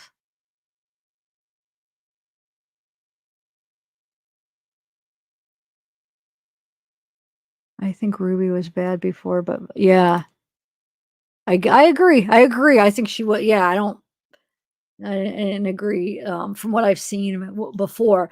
But my thing is, I don't know if it would have went like legally. You know what I'm saying? Before Jody, I don't think it would have been like a legal thing where it would have went to this line where she could have been charged before Jody. How far she took it with Jody. But I could be wrong. But like I said, I don't know. I didn't watch it when it was going on. I just learned about it after they got arrested. I didn't know anything about them. So then I didn't see when their channel was up. And ooh, though, remember we played that clip because I was just thinking, like, yeah, what she put on her channel with the videos rolling. Who knows what it was like off camera? I'm sure it was worse. I'm sure they're going to make themselves look better, even though little does she know what she was doing wasn't making herself look good. But there was some people that liked her parenting, you know what I'm saying, and that followed her. Obviously, she had over a couple million followers, but I wonder what it was like off camera. And then do you remember we watched that clip the other live where she said something like about yelling? How did she word it? Like about something about them being on camera. Oh no, I forget what it was. It was something about like wait till we get off camera. Something about being on camera and off camera and how that it was different. Do you guys know what I'm talking about? I'm gonna have to go through my live later and see if I could find that part. and see what videos I watch. But all right, I'm gonna press play and try to think about where that was. I started using the shame word for probably, I don't know, 5 years, and people were having the hardest time wrapping their head around shame, what shame was. And I was teaching about shame, and I went to God and I said, people can't understand the word shame. Do you have another word? Can you give me another word? And I heard one day, distorting the truth. And I was like, oh, brilliant. Distortion. Here's what distortion is. I break it into 2 groups. This is core. You got to know this. Self-denigrating distortion, self-adulating distortion. Okay, let's do a poll. If you guys don't want to watch this, or do you want to watch it? Let me do a poll here, because I don't know. I mean, if you guys, I could either way. If you want to watch it, we'll finish watching it. We have like 12 minutes left. Or if you don't want to watch it, but let me do a poll and see what you guys want to do. Let me get my YouTube up. Oh, it's echoing a little bit. Okay. Oh, it's starting to echo.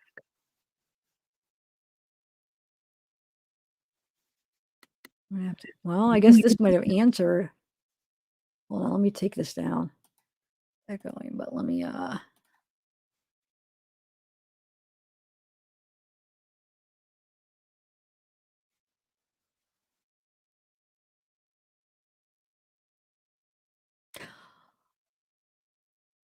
oh my god, no, it wasn't echoing. It was because I pulled up the YouTube on this channel or on this video. Never mind, it's not echoing. So stupid. All right, it was only echoing for me because okay, so I'll put, do you want to finish watching this?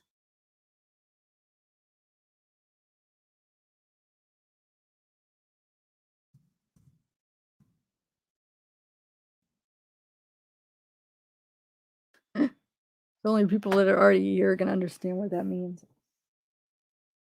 Yeah, let me know.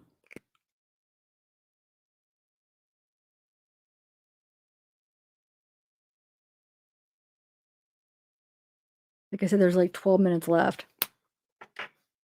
But I want to do what you guys want to do if you guys are not liking it. Let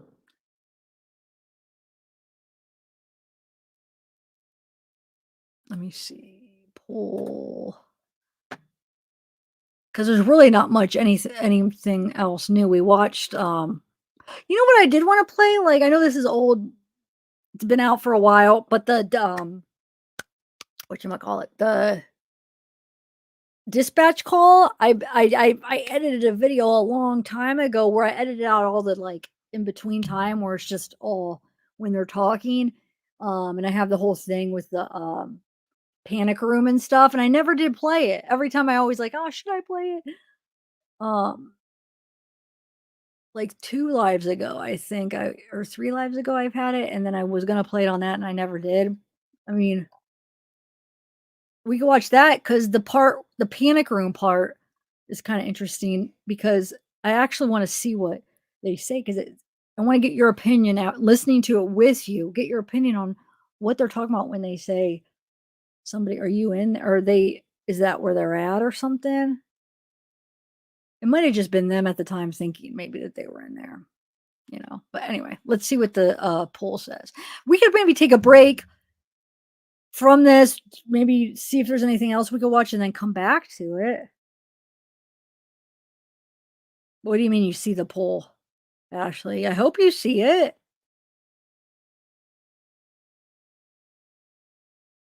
It flipped to no briefly. Wait. Let me see.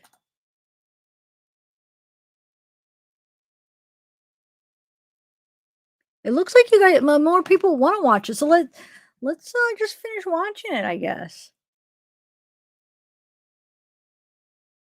Because if there was a lot of other stuff, I would, you know, we could watch that. But there really isn't a lot of other new stuff. Like I said, if you guys just came in earlier, we read the article with the cellmate of Ruby. That was pretty interesting. That interview, what she said, and she actually she was with Jody for a little bit too. So that's I would definitely recommend that.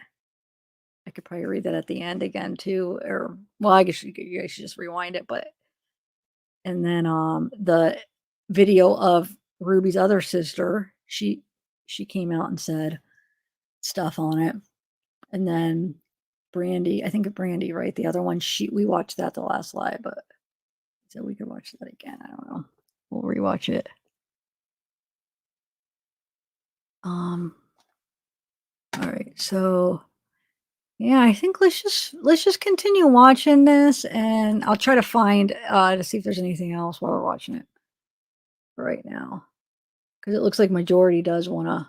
Every single one of us goes into distortion. When I was moving the snow off the car, I went into adulating distortion. Like, this shouldn't happen to me. This is unfair. This is not right. You know, and because I know this stuff, my soul's like, Jody, stop it. I'm like, okay, you're right. You're right. Sorry, bad. My bad. My bad. The perception that I was going into was angled into distortion rather than truth. So self-denigrating is, it's my fault. Again, it's not fair, but like more of, I'm a victim, it's not fair. I'm stupid, I can't, I'm irresponsible. I mean, you can see how these lists could go on quite a long time. So you need to become an expert at your distortion. How do I help people heal? They come in and they do this. So I've been depressed for 25 years. I'm like, whoa, that's a long time. And I'll validate them and they'll tell me their story. And then I will take that diagnosis and put it over here. Ativan, you're right. Sorry. Okay. That was one. About truth. And you need to learn about the power of choice. And you need to learn about perception and what you're responsible for and what you're not. And you need to learn about distortion. And as I teach people those 4 core principles, I and they that sounds depression heal. I'd call it miraculous if I didn't know what was happening. As people with clinical diagnosable issues come into my office, my experience, as they learn truth, they heal. But it all is conditioned on their choice. I work with addicts, drug addicts, chemical addicts, food addicts. I mean, any kind of addiction. This stuff heals addiction. How are we doing on time? Oh, there's the time. Thank you. So what do I have to? 11 minutes. Awesome. Okay, so personal responsibility. I want to tell you a story about perceptions. Actually, I'm going to tell you 2 stories. When I was 15 years old, I was just shy of 16. I was babysitting 5 little boys. And I had babysat them, I don't know, for 2 or 3 years. And their father had a Mazda RX-7. Remember that? Remember that? That was the cool car. I was 15. They left, and I said to him, I said, do you mind if I wash your car? I didn't want to wash his car. I wanted to back it out. That was what I was excited about, was backing the car out of the driveway. He's like, yeah, just, don't hit it. I'm like, I won't. Let me just back it out, and me and the boys will watch it. Okay? So they leave, and the boys and I, so there's 5 little boys, and so I put them all in front of me. The baby was asleep, I remember. I put 4 of the kids in front of the car, like kind of over here, so I didn't, it was a reverse thing, so I wasn't going to hit them. But so I get ready to back the car out, and as I slowly, it wasn't even registering on the speedometer how slow I was going. All of a sudden I felt the dunk, and I looked up, 1, 2, 3, 4. Like, what did I hit? And I went into massive distortion immediately. And I opened up the car door and I looked back here because that's where I heard it. And there was the body of a cat flipping like this. And I had smashed its head to the cement with the tire. And my perception was that I kill things. I remember thinking that, oh my gosh, I just killed a cat. Like, I've never killed anything in my life. And well, they just got it the week before. I said, when did you guys get a cat? And they're like, we just got it last week. I'm like, why didn't you tell me you got a cat? So then I went into distortion and started blaming them. And then I went back to denigrating distortion and started blaming me. And then the boys, as I got out, the cat finally, died. Sorry for those of you who love cats. I mean, I felt horrible. And so I didn't know what to do with the car. I'm like, do I go backwards or forwards? I didn't know what to do. And the 2 oldest boys were like, you're in a lot of trouble with my parents. So I went into more distortion. They're never going to ask me to babysit. They're going to think I'm negligent. I mean, I could have run over their kids. That's what they're going to think. I mean, I went into massive distortion. Ladies and gentlemen, I was in such distortion for 30 years. No, 15 years. In my early 30s, I finally told somebody that story. Wow, right? I didn't tell anybody. And when the parents came home, I had to tell them. And I'm like, can you please not tell anyone that I ran over you? They're like, we won't. And they inadvertently like encased me in distortion because they didn't tell anybody. And I didn't tell anyone, right? We all know this. And I started getting more sick. I started controlling more because I was living this lie that I wasn't willing to tell myself the truth about the perceptions. When I started telling people the story, I was in massive shame still of distortion. But as I started learning about truth, I don't know, 5 years later when I started learning about truth and distortion and how that heals the human spirit, I started telling myself the truth. So I started saying things like this. The truth is, I ran over the cat. And the truth is, those boys, though they're now 40-year-old men, have teased me every time I see them. Remember, Jody, when you ran over the cat? Remember that? I'm like, yes, I do remember. Before, when I was in distortion, I'm like, can you please not do that? That really is hurtful. Can you please not bring that up? Because I was in such distortion. My perception was distorted. But as soon as I could tell myself the truth that I didn't mean to, I didn't even know, it wasn't intentional. I'm glad I didn't run over one of the kids. Their parents, the dad was like, he was celebrating. He was glad, which confused me at 15. I was like, the mom's starting to cry, and he's like, well, you know, you win some, lose some kind of attitude. So it was all about my perception. Perceptions are everything. You get to perceive what's going on every single second of the day. That's why you are responsible for why it is that you are feeling anxious and feeling depressed. It's feeling. It's not I am depressed. It's I feel depressed. Now, can you be depressed in truth? You bet you can. I just ran over a cat. It's appropriate to feel depressed. And depressed is a state that I go into and I come out of. I was locked into it for 15 years. I had all these brothers. I knew if they found out I killed the cat, they would have teased me mercifully. I didn't want that. So I was trying to control everybody's perceptions. So personal responsibility, if I'm willing to perceive in truth, then I will have emotions that are in truth. Now, people will say, so are there emotions in truth and emotions in distortion? No. There's just emotion. But emotion follows how you perceive. So the other day I was in a session and somebody banged on my door. Bam, bam, bam, 3 times. And I felt fear.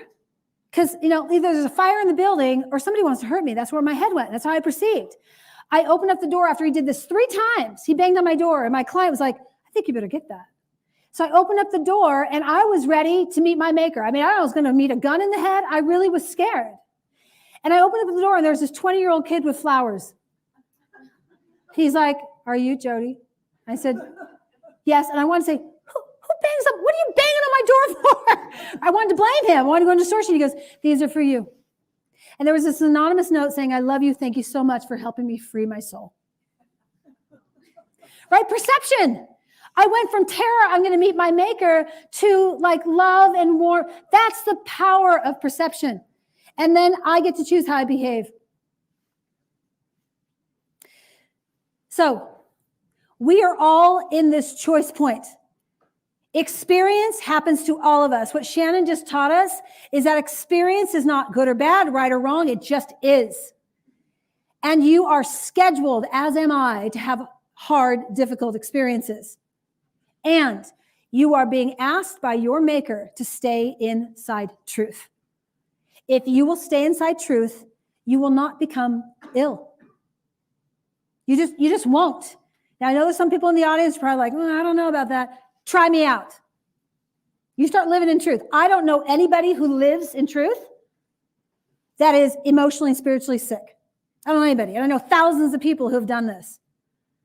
My desire is to spread this throughout the whole entire world, to teach as many people and therapists and mental health professionals and health professionals who want to start empowering their clients, regardless of where your client has been, if they've had traumas or No, please, mental health professionals don't listen to her. No. Man, the crazy thing is like no, I'm not. Yeah, I was gonna say, like, how she was like they were all well, not all of them, but she was kinda, like, laughing about the whole dead cat thing. But, yeah, I don't know.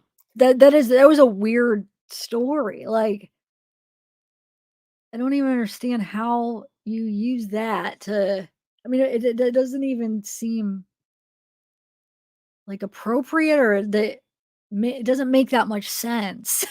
What about you guys? The whole cat story and how she's trying to relate it, like, it doesn't even really make that much sense to me. I mean, I understand what she's trying to say, but it's stupid.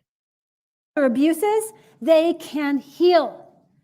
If they have sinned, if they have been making choices such as, acting out an addiction, acting out contra their value system, if that is why they're having distortion, this can heal that as well.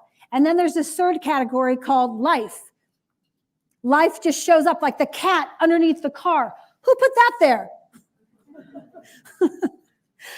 Right? Life. So outcomes of other people's choices have affected us. My own choices affect me, and then life shows up. That's how experience shows up. And inside all those experiences, you are responsible every second of every single day to be introspective and pay attention. Am I in truth or distortion? I am not so much now because I've been doing it for 10 years, but I used to say to myself, where am I? Where am I? I'm like, I'm in distortion. And then my distortion would say, and I'm staying here. I have a right to be here, right? When you're saying that, you're in trouble. You're in distortion. That is the message that I want to share with you and just testify. I started making podcasts 4 years ago, and they are now 23 countries around the world, 700,000 downloads in 4 years with zero advertising, because this message is resonating with people. Those people who want to take their power back and empower themselves to heal themselves, you can do that through living, using your agency inside this place of truth and understanding what distortion is and its vicious attack on each and every one of you, and how you can combat it by seeing, okay, is this in truth or is this in distortion? Distortion's characteristics are I'm dishonest, I'm irresponsible, and I'm not being humble. That's how you know you're in distortion. Truth is about I'm being honest, responsible, and humble. And characteristics of truth are also the facts, things that are objective, things that are eternal, things that are everlasting. So you can take any experience and go, okay, where am I? Because there's only two places for you to go. There's not a third option. Thank you very much. No.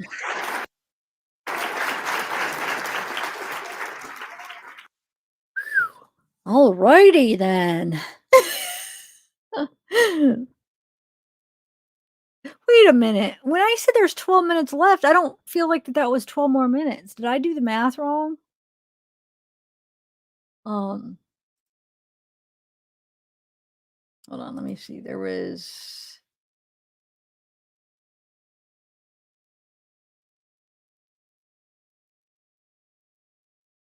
something else I wanted to play. Hold on. This one, I played that already.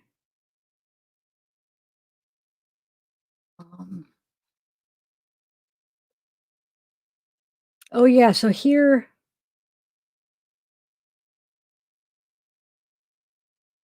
Wait 1 second.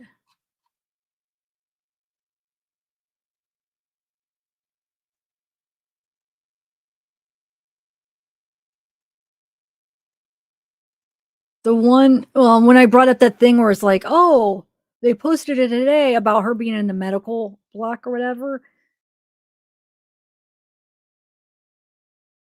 Well, 1 second, I'll show you what somebody posted in one of the groups. I'm just trying to see if there's anything. Okay. All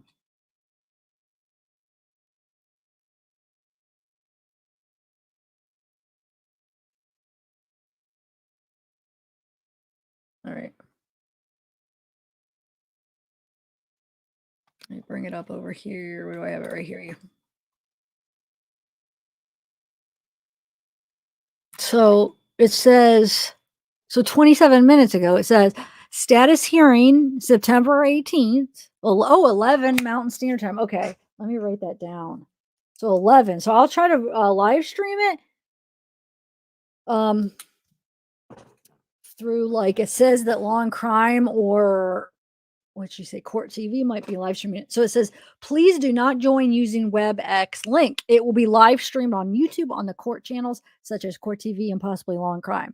If you do join this WebEx, turn off your camera and mics because we know what happened before, and do not record, screenshot, or live stream the hearing.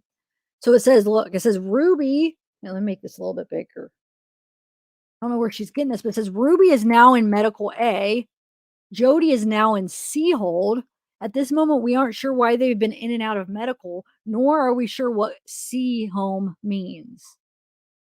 C home or C hold? She has hold and then this is home. I don't know. We should get more clarity on that soon. So that's interesting. Yeah, here's another one from September 9. It says currently medical B on the inmate roster. Oh, this is when the court.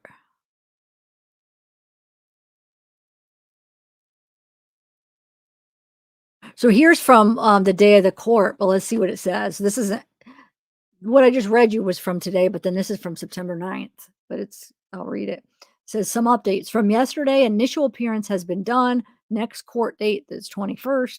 She's currently in medical B on inmate roster. That was Ruby. So that was, last week or whatever, or over a week ago. Jody's attorneys have said they are trying to move up her next court date. And it's reported at the moment since being incarcerated in this case, defendant has experienced a life-threatening medical issue resulting in her hospitalization for several days. Currently on the roster, it shows her in B hold. Kevin, it's been reported he is still trying to gain custody of the children. I'm sure everybody is aware of the allegations that Ruby has said about the children. A news channel was outside the home of Ruby and Kevin. During the scene, the camera zoomed in and we saw Bonnie outside with other people.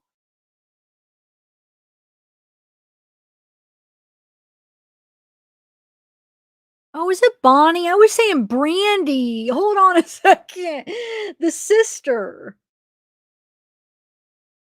Hold on.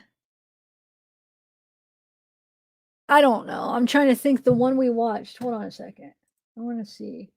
I have that pulled up where I was going to watch that. I kept saying Brandy, but maybe her name's Bonnie. I'm sorry. You guys are probably like, what are you talking about? It is Bonnie. Dang it. Okay. So earlier when I kept saying Brandy, Ruby's sister. Anyway, so the camera zoomed in and we see Bonnie outside with other people. There's been a lot of reporting on Ruby. Please remember, Jody is part of this horrid mess and trauma these poor kids are going through. Please, no news reporters will be documenting and streaming the hearings live. So, okay, so that's just an old post, but I just wanted to read it.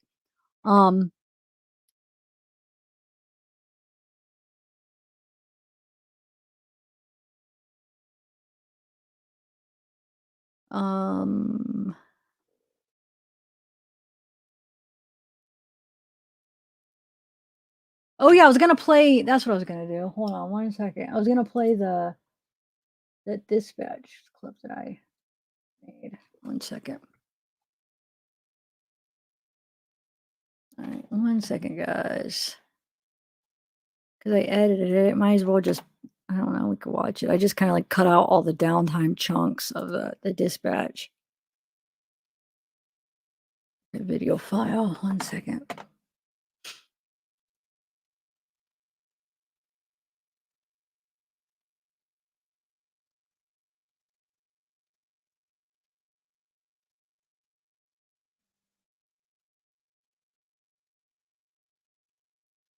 I think this is the right one. And I put it, oops, I didn't mean to take that off. I like just put some like pictures and stuff for the visuals. All right. Murphy said a 12-year-old male showed up with tape around his legs Thursday asking for help, said he was afraid, asking for police. Deborah, he gave the name of Russell Franke, unknown date of birth, or he did give us a date of birth, but I'm not showing any Russells in Spillman.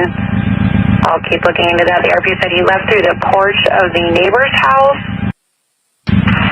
10-4, break 12x11 and 17, just 10-14. The male does have duct tape around each ankle. He's not telling the RP why. And said that there's sores around his wrists and ankles. He's becoming, or correction, the RP is becoming emotional regarding the child's health. I'm going to go ahead and have medical stage on this one. 12x11, 12x14, or 17, sorry. The RP said that he left from a neighbor's of Jody Hildebrandt in Ivan's 54-year-old female. Not sure if they're related. When asking the RP's parents info, he said his mom is Ruby Franke, unknown where she lives. 12x11, 12x17. I do have a Ruby Franke spelling with an E on the end of Franke address out of Springville. Only involvement was a traffic offense a couple days ago. He's also saying that there's 2 of his sisters are back at the home as well. Do you have an address for that, Jody? 10-8.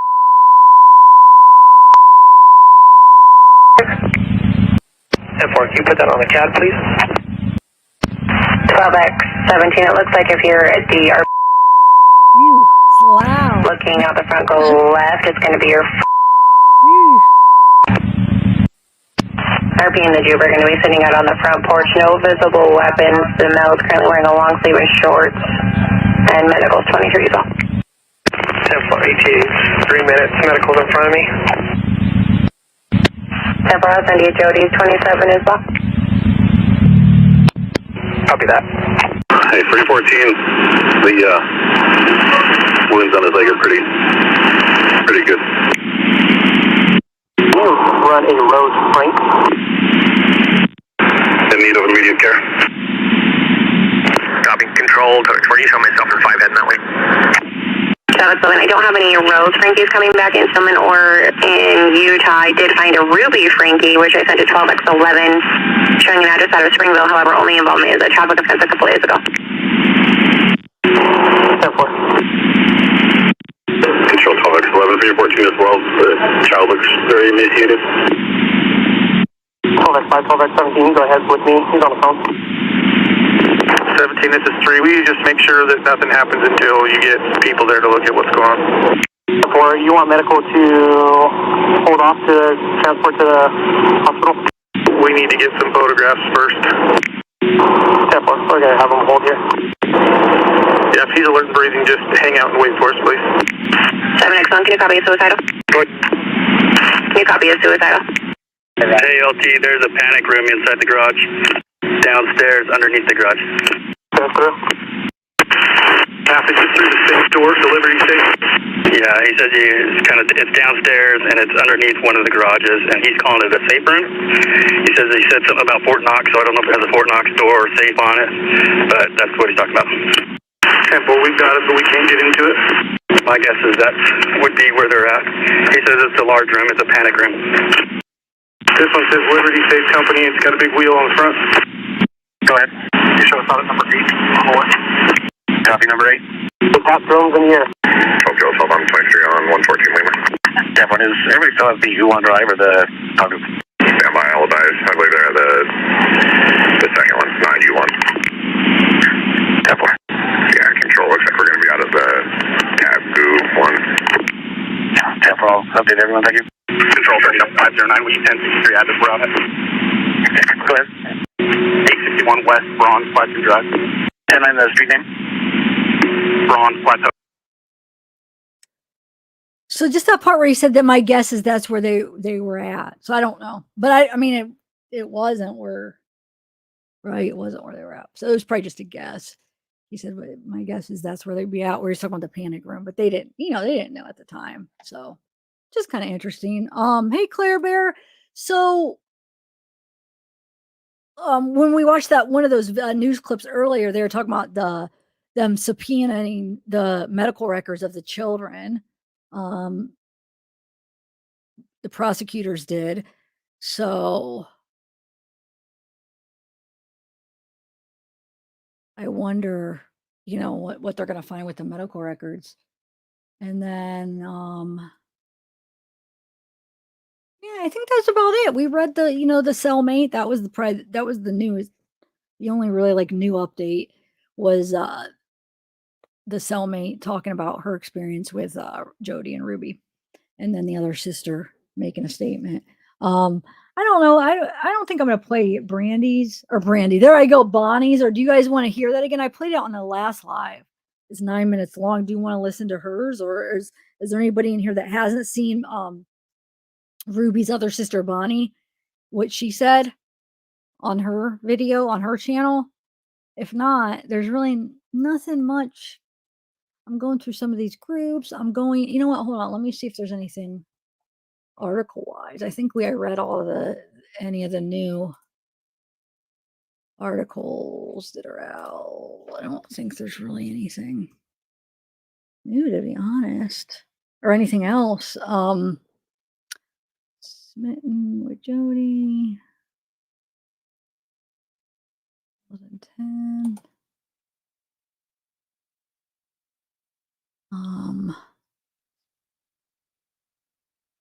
Says, oh, look, I didn't know that. It says, oh, here's something. Let's see. Hold on, let me share this. This is from September 14th, but here, hold on. Where am I at? No, I didn't do the right thing. Hold on. This one.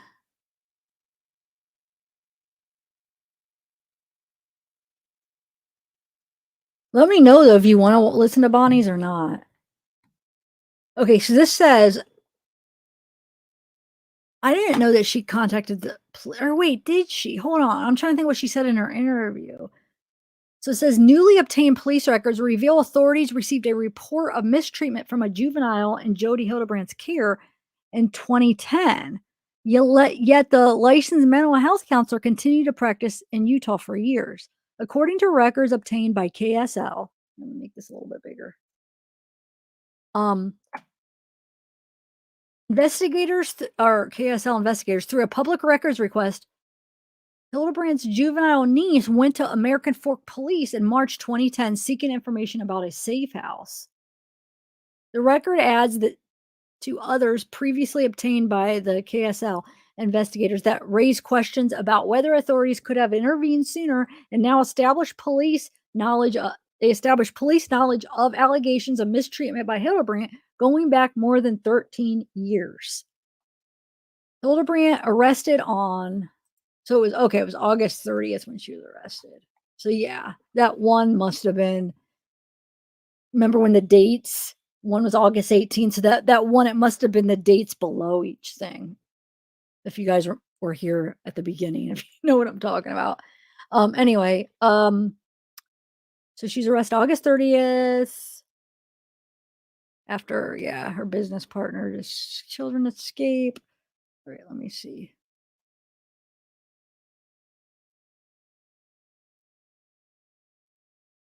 Okay, so on March 9th, 2010, Hildebrandt's niece, who was 17 at the time, told police that their parents sent them to live with Hildebrandt. So this is from the police records. So she told police that, her parents sent them to live with, who's them now? Them to live with Hildebrandt in June 2009 because the parents were having problems with them. And Jody is a licensed therapist who is counseling. One American Fork police report states, oh, she's a therapist who's counseling. According to the report, the minor described Hildebrandt as mean and very strict, sharing examples, including claims that Hildebrandt forced the niece to sleep in a sleeping bag outside of Hildebrandt's home, only allowed them to shower for 7 minutes at a time. At one point, placed duct tape over the minor's mouth to prevent the teen from talking, and limited their clothing. The teen shared that they had been wearing the same clothes for 3 weeks and were not enrolled in school. The juvenile also told police Hildebrandt called them a liar and said they were going to be a cheap hooker one day. Oh, that's her pronouns. That's right. I forgot. I was like, is there more than one person? Because them, but I forgot during her interview, she said her pronouns are they, them. So it is just her that they're talking about. That gets confusing. Because usually them is plural, But anyway, so wait, where are we at? So yeah, so Jody tells freaking her niece she's going to be a cheap hooker one day. According to the report, when asked whether they were being physically abused, the juvenile said no. The teen couldn't explain some of Hildebrandt's reported actions, but said limiting their clothing and not enrolling them in school was Jody's method of counseling. The report details failed attempts to get in contact with Hildebrandt. Wait, so the report details failed attempts to get in contact with Hildebrandt, then a conversation with the teen's father, who is Hildebrandt's brother.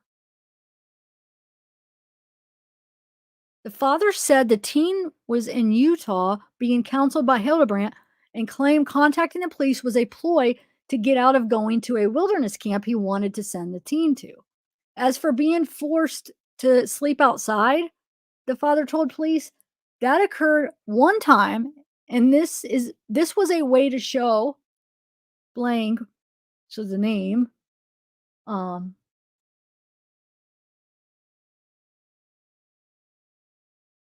at? So it was a way to show her what it would be like to sleep outside, the report states. The report indicates police took the teen to Vantage Point, which is a home-like facility meant to be a safe place for teenagers, according to its website. I am requesting a copy of this report be forwarded to DCFS, the investigator wrote. Document an intent to involve Utah's Division of Child and Family Services. And save me, I'm trapped. 2 weeks later, on March 23rd, 2010, Hildebrandt reported to American Fork Police that her niece had run away from her custody. When asked why her niece might have run away, Hildebrandt told police she believed blank ran away because she was going to be placed in a girl's home. They're trying to blame it on her. Oh, it's just a thing. She didn't want to go to this home. So she was going. So she ran away because she was going to be placed in a girl's home and did not want to go to the girl's home. According to the report, the teen's mother told police this was the third time the teen had run away. The first time was on March 9th, according to the report. Police later learned that the teen had sent a message to a friend that same day. She wrote, "Dude, save me, I'm trapped," the police report states. Man. On April 28th, 2010, police learned the teen had been staying at a local shelter. When they showed up and told the juvenile they were there to take them back to their parents, blank was very surprised at being located and was visibly upset. She was crying and shaking and looking around as if with the intent to run, police wrote. Wow. Arrangements were made for the teen to stay with grandparents in Linden, according to the report, while they waited for the teen's grandparents to arrive. The teen told police they ran away from Hildebrandt because she made them confess their sins and tried to break them down. Wait, so the teen told police they ran away from Hildebrandt because she made them confess their sins and tried to break them down. Blank said Jody is some kind of therapist and thinks she has all the answers, but Jody insults me all the time in front of others and acts like I am evil by not letting me talk to her kids or others, the report states. The teen told police they were looking into California law concerning emancipation. I spoke to blank about being a juvenile and that parents are the ones in charge until you reach that magic age of 18.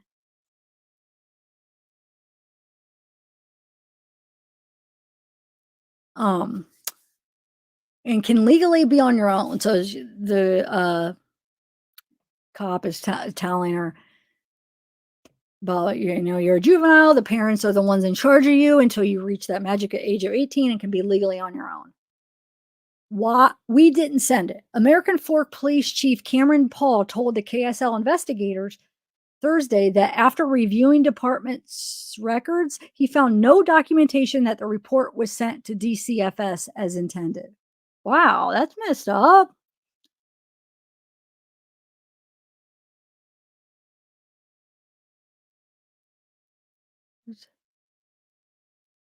Wow.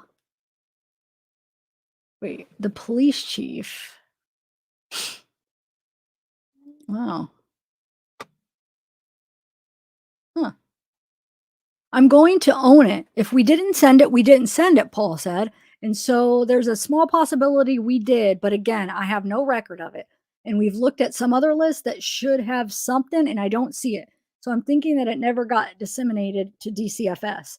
As someone who has previously investigated CA, Paul noted that some details in the report stood out to him, including the teen was asked whether they were being physically abused and said no. It's hard when these disciplinary things happen, like duct tape or, sleeping outside. That's situational, he said. And so I personally would have asked more questions to try and figure out some different things. And I would like to say that now we would have, I'd like to say now that we would have, but at the time, I do understand why this was closed out, where she alleged that there was no physical abuse happening in the home. Paul said the officers involved no longer work for the department. I think we could have dug a little bit more into what was going on, and perhaps the officer did that, and it's just not documented well. It's not documented well in the report, and that detail is not there, Paul said. But whether it's through the report or the actions of the officer, yes, I do wish we would have taken the time to dive in a little bit further into the case.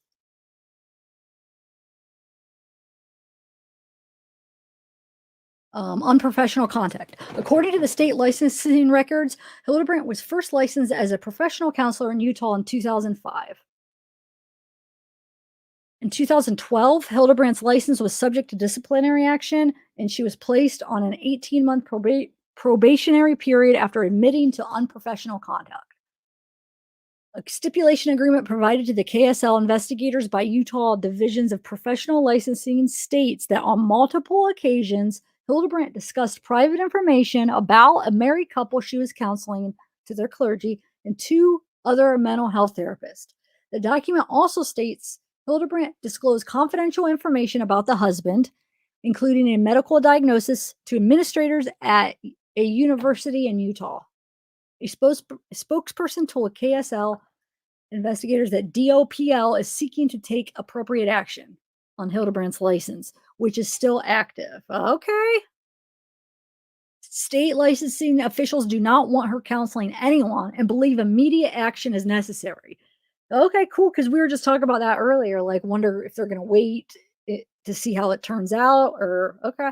Due to heinous nature of the charges, Utah Department of Commerce Communications Director Melanie Hall said. So this says they're going to take immediate action is necessary. That's the 911 call, which we've listened to before already. The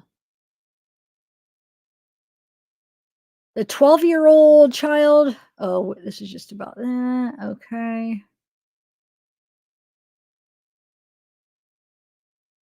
The KSL investigators first reported a history of visits to the Franke family home in Springville by law enforcement and child welfare workers in 2022. Records reveal Springville police visited Franke's home 15 times between March 2019 and August 31st, 2023. During at least 5 of those visits, police were assisting DCFS. Well, I didn't realize it was that many times.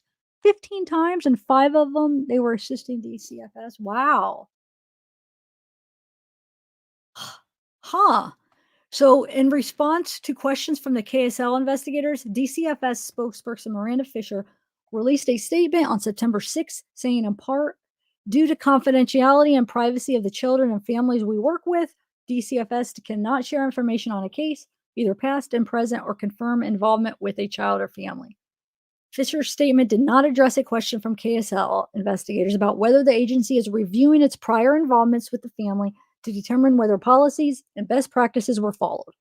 DCFS declined to participate in an interview. 2 days later, Fisher sent out a news release stating in part, DCFS affirms recent law enforcement reports of our involvement in the Franke case.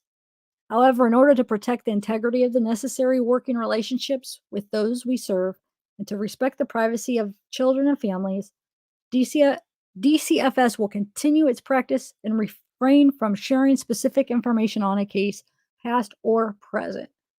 And then it gives some numbers. You know, somebody who's going through anything like this, help is available. 1-800-897-LINK. So yeah, there's a bunch of different numbers. Wow. So I'm going to see if I could, I was going to say, I'm going to see if I could get those records from when her niece called the cops, but they basically said everything in here. This article probably covered, you know, a good summary of what those said, huh? Interesting, though. I never seen this article. Have you guys? This came out a few days ago. I'm glad I looked. I didn't. Let me see what date. I didn't see this yet. September 14th. So wait, today's the 16th. Yeah, a couple days ago. Okay, well, I think that's all. Let's see if there's anything else. Former BI. Okay, we already.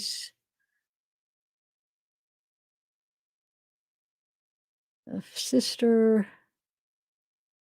Court hearing Monday, so I'm going to try to do that Monday, 11 Mountain Time. It says, yeah. See if the. So yeah, 11 Mountain Time, which I got to think. What is that Eastern time? That's 1 Eastern time, I think. So I'll do a live stream to cover that.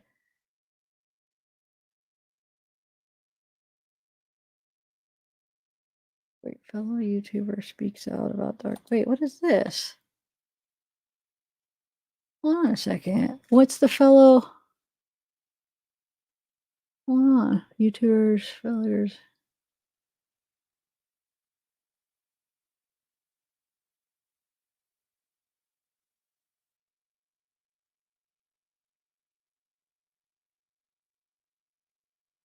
Carl. Says fellow YouTuber Carl Andreessen, 44, a former member of the Church of Jesus Christ and Latter-day Saints, met Frankie and members of her family. Subsequently, he collaborated with members of her family to make online content. Oh, here's another one. Let's read it. Okay. Exit out of this. Let me make this a little bigger. He was part of the robust social scene of Mormon vloggers in southern Utah. We went on trips with him and parties together. Andreessen, who has more than 3 million subscribers himself, says, we competed in our own version of Dancing with the Stars and all kinds of stuff. Initially, Andreessen says everyone was fun to work with, but he and his own family soon learned there was a dark side to many in the community. After my family left the Mormon church, we started to see that there was a whole other side to these YouTube Mormon content creators, that what they appeared to be on camera was not who they really were off camera. Andreessen adds, there was a whole dark side to these people in their lives, while appearing to be upstanding representations of what Mormon families are supposed to be like. Andreessen says the pressure of the daily Mormon YouTube life creates this kind of toxic pressure cooker for the families involved. Frankie's extended family is heavily involved in the vlogging community. Her 3 sisters, Bonnie, Ellie, and Julie, all document their family life on social media for millions of viewers of their own. The sisters have all spoken out against Frankie in recent weeks, claiming that behind the public scene, we have done everything we could to try and make sure the kids were safe. Frankie and Hildebrandt have not entered pleas to any of the 6 felony CA charges they face, and their lawyers have not commented to people on the case. Both women are due back in court on September 21st and are currently being held in Washington County Jail in Utah without bail. But wait, Monday is what's the date? Because so did it get moved up? Because Monday is the 18th. Like, I mean, the news channels are all saying Monday, right? Huh, that's interesting. I'm gonna write. What's that name? Hold on one second. I want to see something. And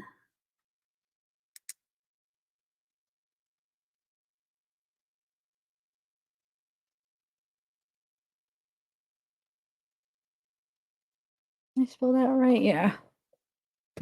All right. Anyway, I think That's all. I keep thinking that, and I find something new that I haven't seen. Let me see. Former brief.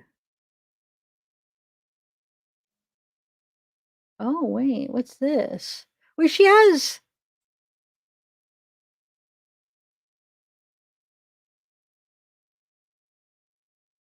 She has like another thing. Hold on, look.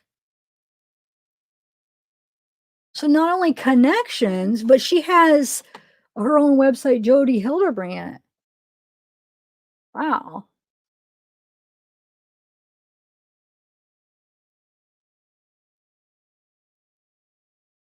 So yeah, focus on treating addiction.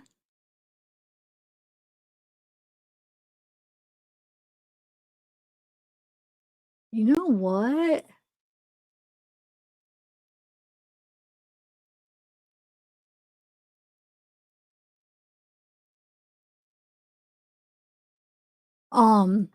Wonder how the reviews are, but she could probably control those I don't know.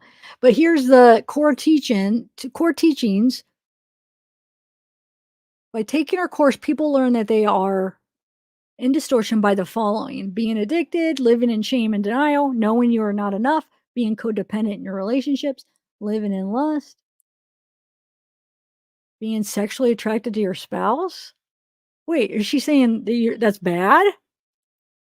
Living in what? Because look, it's saying that you are in distortion by the following: living in lust, being sexually attracted to your spouse means you're in distortion. Are you serious? No, it's called a healthy relationship. Controlling and manipulating others. But hold on, I want to see something. If there's any, like the reviews. Dude. Well, how long are we? You know what? I might do another. Maybe I'll do a pre-recorded reading some of these reviews because I thought they were all going to be good because it's her website, and then if she would delete the bad ones, but right here, avoid Jody Hildebrandt. So there probably is going to be, yeah, bad ones. Dang. Okay. So I am going to end this today, but I might. I don't know. Maybe tomorrow we could do one after I'm going to be going on True Crime Investigates, but maybe I could even do another one. Could read through some of the reviews. It could be interesting, or maybe I'll do a pre-recorded. I don't know, but I am going to end this one now because it's already going on 2 hours. So, but thanks guys for stopping out. Hey Frank Mancini, are you Italian? That sounds like an Italian name. File sign. We got Peyton.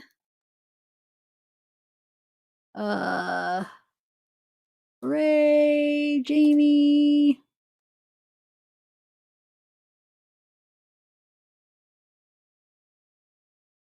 What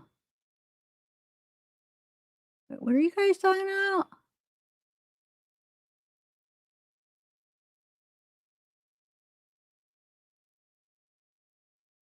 Whoa, what is going on in chat? Like I said, yeah, I'm gonna be at 7 o'clock Eastern time. Wait, Claire Bear, what are you saying? I'm gonna be on the True Crime Investigates if you want to come check it out.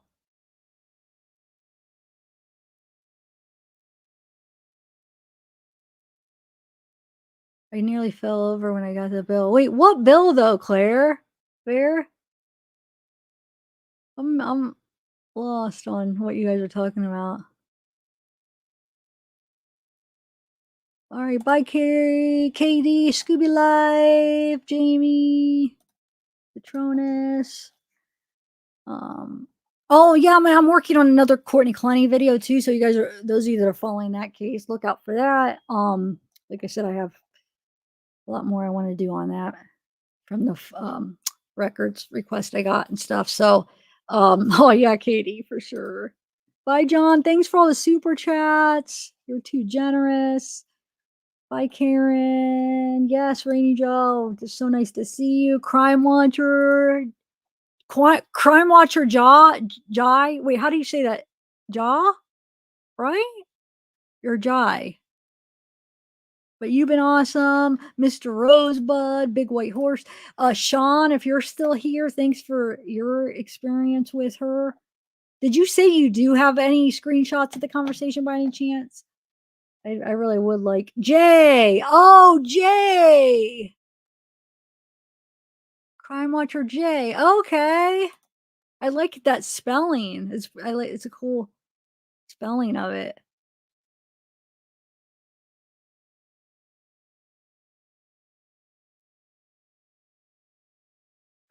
Okay, no, that's funny. Don't starve. Gina Tucker. Oh, thank you, Peyton. Bye, Sarah.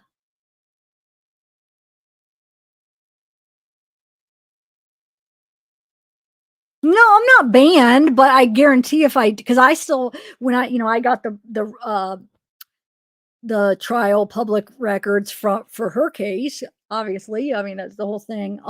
So I still had more stuff, but I never got to finish uploading everything I had because I just don't want to deal with the hate, because for some reason I wouldn't be allowed to do it. I'm sure they'd be like, if I finished or if I ever covered it, I'd get crap like, oh, the trial's over. Why you leave this family alone? But yeah, others could, others are putting out new stuff and it's okay. But no, I'm not banned, but I just know I would get crap if I tried to do anything more on it, which is it's stupid because I should still be allowed to talk about the case, but oh well.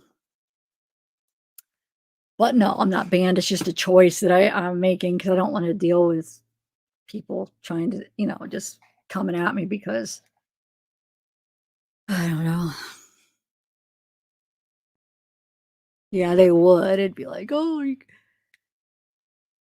because I got a lot of crap even like before that whole other, the autopsy thing blew up. Even the fact that I was just like talking about the case, some people have a problem, and it's just like true crime. Like, I want to talk about old cases. You know what I'm saying? Like, we talk about old cases all the time, and just because somebody's trial's over with doesn't mean we can't talk about old cases. I don't only talk about current cases. Like, there's a lot of channels you can find that play like interrogations from old cases years ago. True crime, like, I'm gonna talk about old cases. Some of them are interesting, and you know what I'm saying? I like digging into old cases, and you could always learn new stuff about them. And even if it's like, the person's already been convicted, I mean, you could always learn new stuff, and it's just interesting to learn about cases. You know what I'm saying? So that I never understood that. Like, when I get crap about like talking about cases that are already done, it's like, no, what do you mean? A lot of true crime, a lot of us talk about old cases, but it's weird. Yeah, I know. But I think it's just best if I don't, at least not right now, talk about that case. I'm not gonna say forever I won't, because I just feel like with Letitia, because of how like crazy she is, I feel like she is going to consistently make the news and do crazy stuff in prison. So, you know what I'm saying? So I do feel like eventually, I would like to be able to, and then if years from now or whatever, she does do something that makes the news or whatever, like, I'll cover it because, but yeah, just right now, I feel like it's not the best time. Oh, yeah, they are. Yeah, I still get emails, and not as many, of course, and comments. Yeah. People think I I deserve they think that I deserve to be in prison for the rest of my life, when what I did, there was nothing illegal about what I did. Everything was legal. It was a public records request. But like people are like comparing it to Letitia, like somebody murdering their kid or their stepkid, murder, that what I did is equal, and that I shouldn't be allowed around little kids. Like, that's how far people are taking it. Yeah, and that I should be in prison for the rest of my life. A lot of them, a lot of them go to the fact that I should be dead. That I should be, me and my family, because my mother, you know what I'm saying? My parents, they should be dead because they had me. Like, that's how, and they don't see how Okay, so you saying that stuff and wishing that stuff on somebody is okay.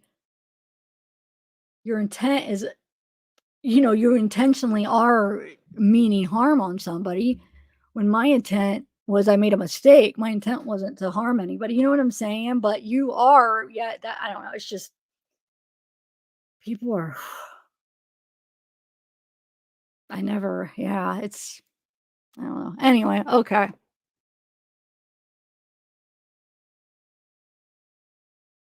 Yeah, Kayla, on a good note. Sorry, I didn't mean to get all into that again. But like I said, yeah, I made a mistake and we're human, people make mistakes. It's like the best is when people are like trying to tell you what to do. Well, you just need to like go offline, remove yourself from any social media, and remove your channel, delete your channel. That's what you need to do. It's like, or you just need to not exist. So there's some levels where like physically kill yourself. I'm going to bomb your house. I'm going to, and then some people go to the level of just remove yourself socially and on the internet. You should not exist online and stuff. It's like, so there's different levels of it, but yeah. So, but yeah, I still get it. Like I said, just not as much, but I'm still getting it. No, I didn't get, I think I did gain some, but I lost them. I was losing them more than gaining. So I didn't know. So to me, went down. So, but I think I did, maybe gain some, but like the amount I lost was way more. So yeah. Yeah, and then people, I love how the best were people just would email me my full name.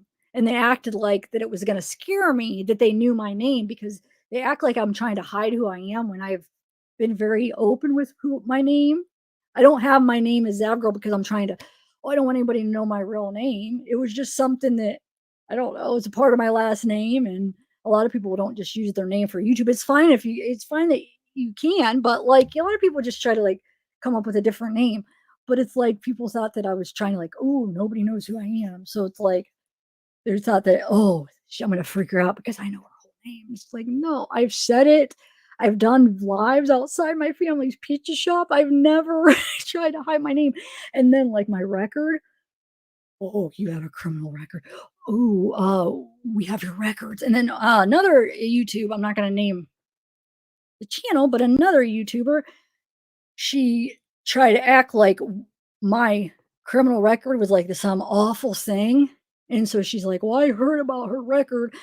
And oh yeah, like basically like insinuating that I have this like the record. If people would know, it'd be horrible, but I'm not going to say what it is. So making people think that I have this bad, like the record I have is like this bad record that, I'm hiding, and it makes me a horrible person. When I've been honest about my record from day one, I've always talked about what my charges were and how it happened and everything.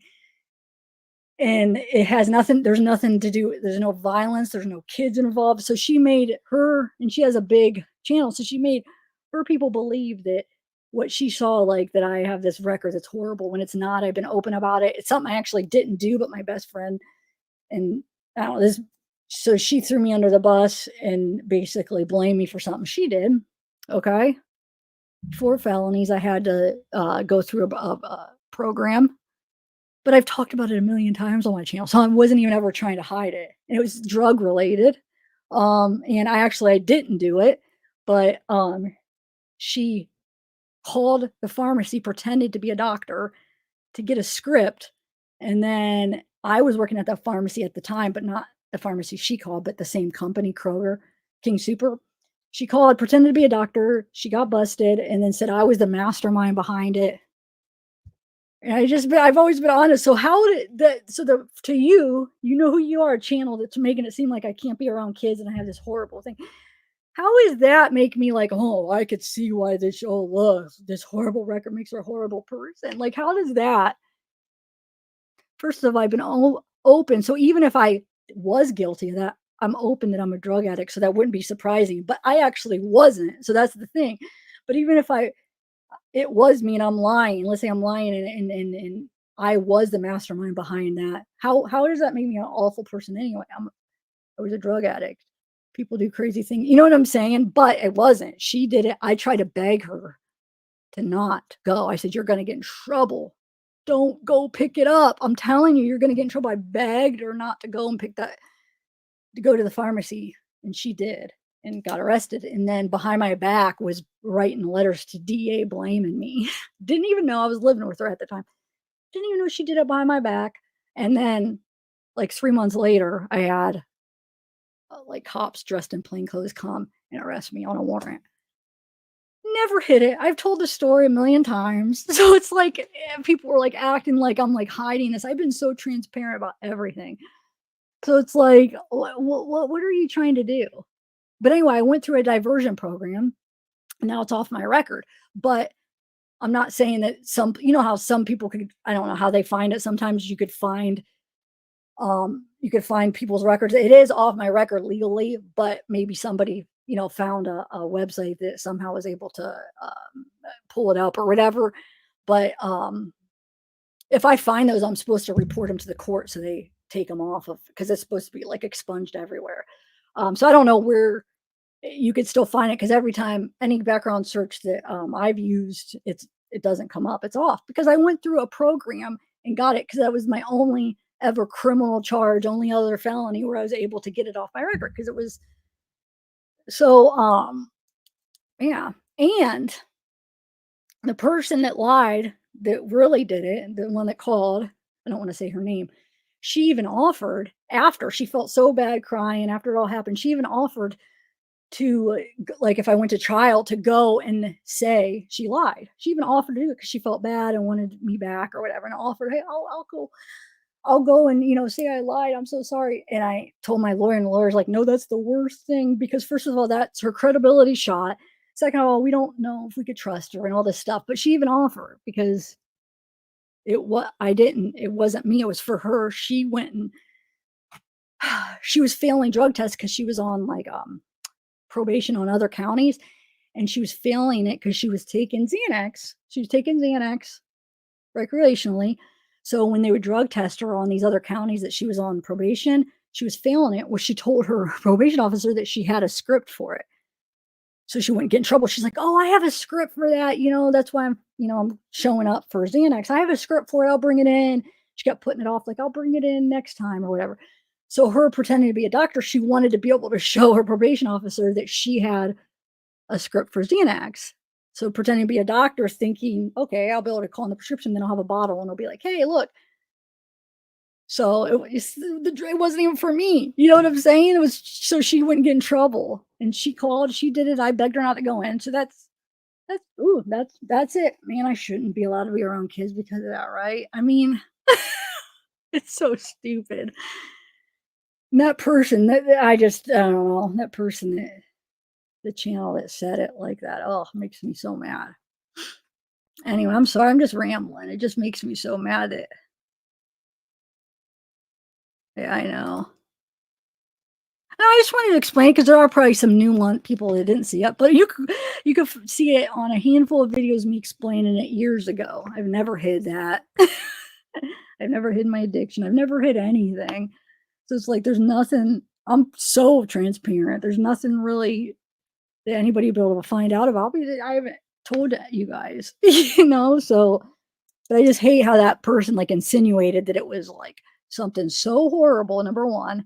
Number two, not realizing that I was already transparent about my charges from day one. And then like insinuating, it did more damage by her not saying what it was, but acting like it was something so horrible.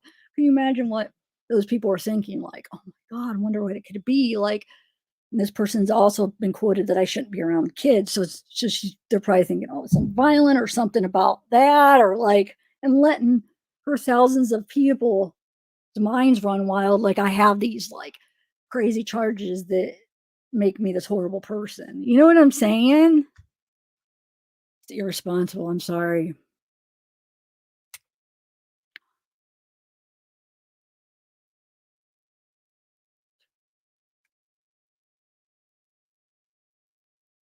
Thanks, Peyton. Distorted, yeah. Oh, yeah.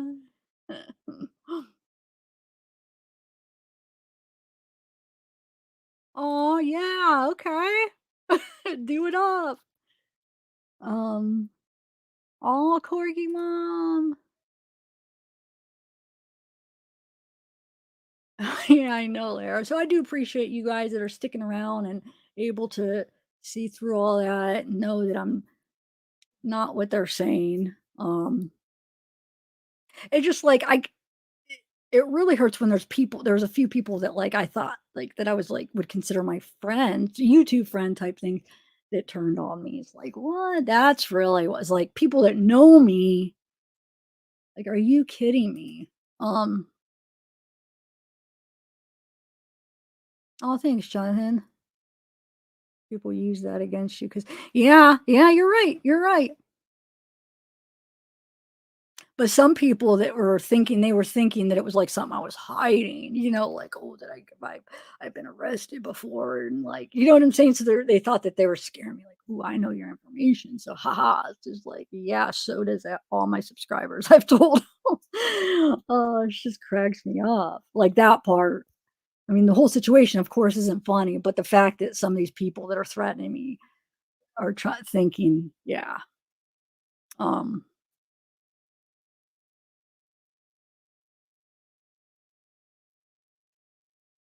yeah, what's up, Sandra? What do you want to ask?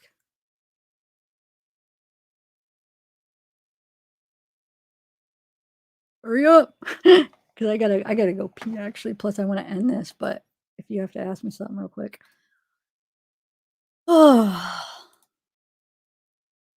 dang! I wonder if one of those there's a couple of channels that's kind of started this whole thing, and that have been trying to take my channel down since the whole Kylie thing, and now I'm wondering, watch them use this clip. This will probably be on their channel of me talking. Anytime somebody must send them, like anytime I talk about it, and then it gives them content, So I'm sure it'll be on some drama channels. Yep. Yeah. No. Only there's two people. Laura, she did. Laura had always had my back publicly. The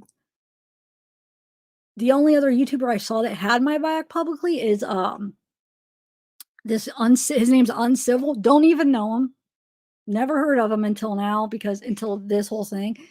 And he actually, like, stuff he said, like, he looked at it like,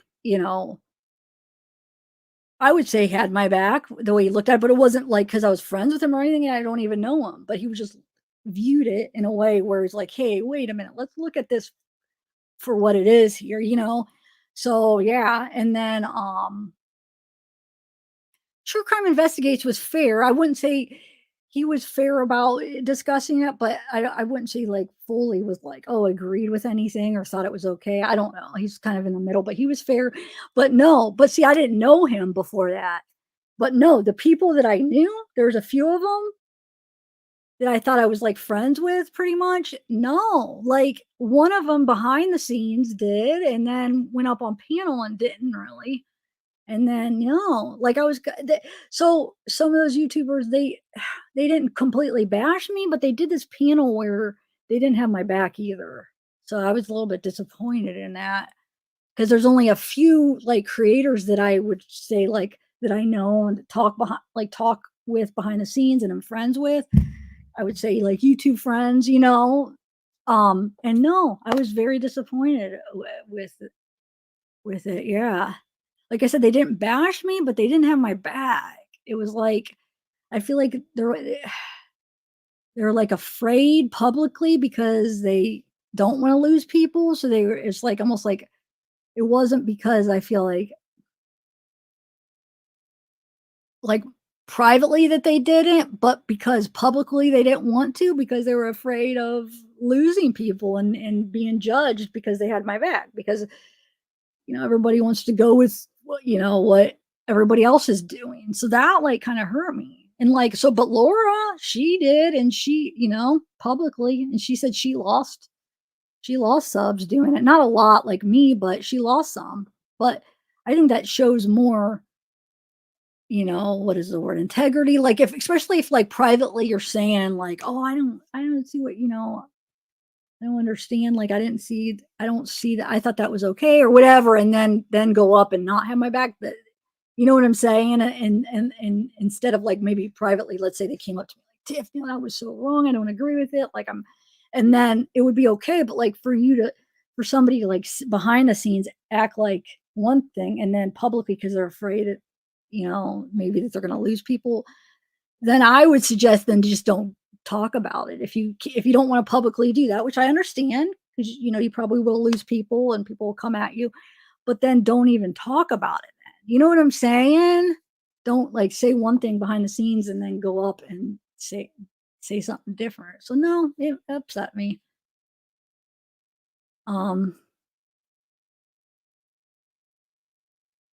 Okay. No, yeah, I'm not saying subs. I'm talking about like creators that I seen. I mean, but I don't know. I didn't watch that. I try to stay away because, you know, I saw Juliet a couple times. I try to like stay away from it as much as I could. So like, I'm sure there are some that I don't know about, but those are just the ones I know. And like, I'm talking about creators, like some of the creator friends that people that have channels that I know. But like I said, I'm probably missing people that I just don't know. And so, yeah, thanks, Claire Bear. I know a lot of you guys did too. And then I would get like emails of people saying, you know, that they tried and they would get attacked. So they'd have to stay silent. So, and then, you know, the channels that were attacking me are saying like, well, if this was so, you know, people were okay with it. Well, where's all your supporters? Everybody, like all your comments are all bad. Well, yeah, because they try and they get attacked, and so they would privately contact me like, I'm sorry, I tried, I get attacked. So they were quitting, you know, some of the subs and stuff. So it wasn't that there wasn't like a lot of people out there that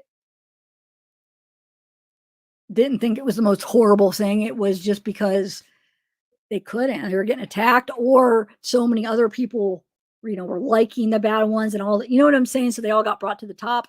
And then the ones that were getting attacked just got tired of getting attacked. So they just stopped, which I understand. Like that, there's nothing wrong. I totally understand. The thing that I didn't understand is people saying one thing and then going up and saying the other because they didn't want to look bad publicly. That's what I don't like. Two different things.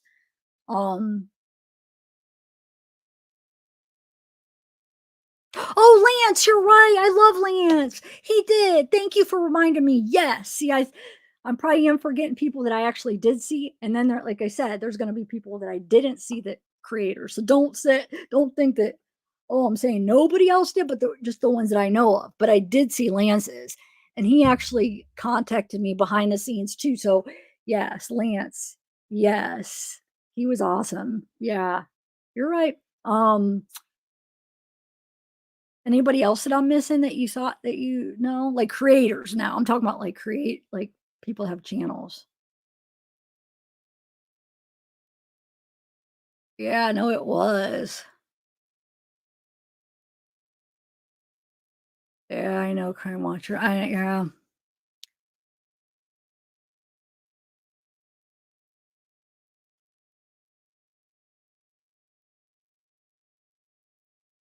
Yeah, you're right, Jeremiah. Yeah, so I didn't know. I believe you because I talked to her a little bit just recently, and she said that she always had my back, but I didn't see her channels. But I believe you because she said that, and then you said that, so I believe you. I just didn't get to see it. Yeah, it just yeah.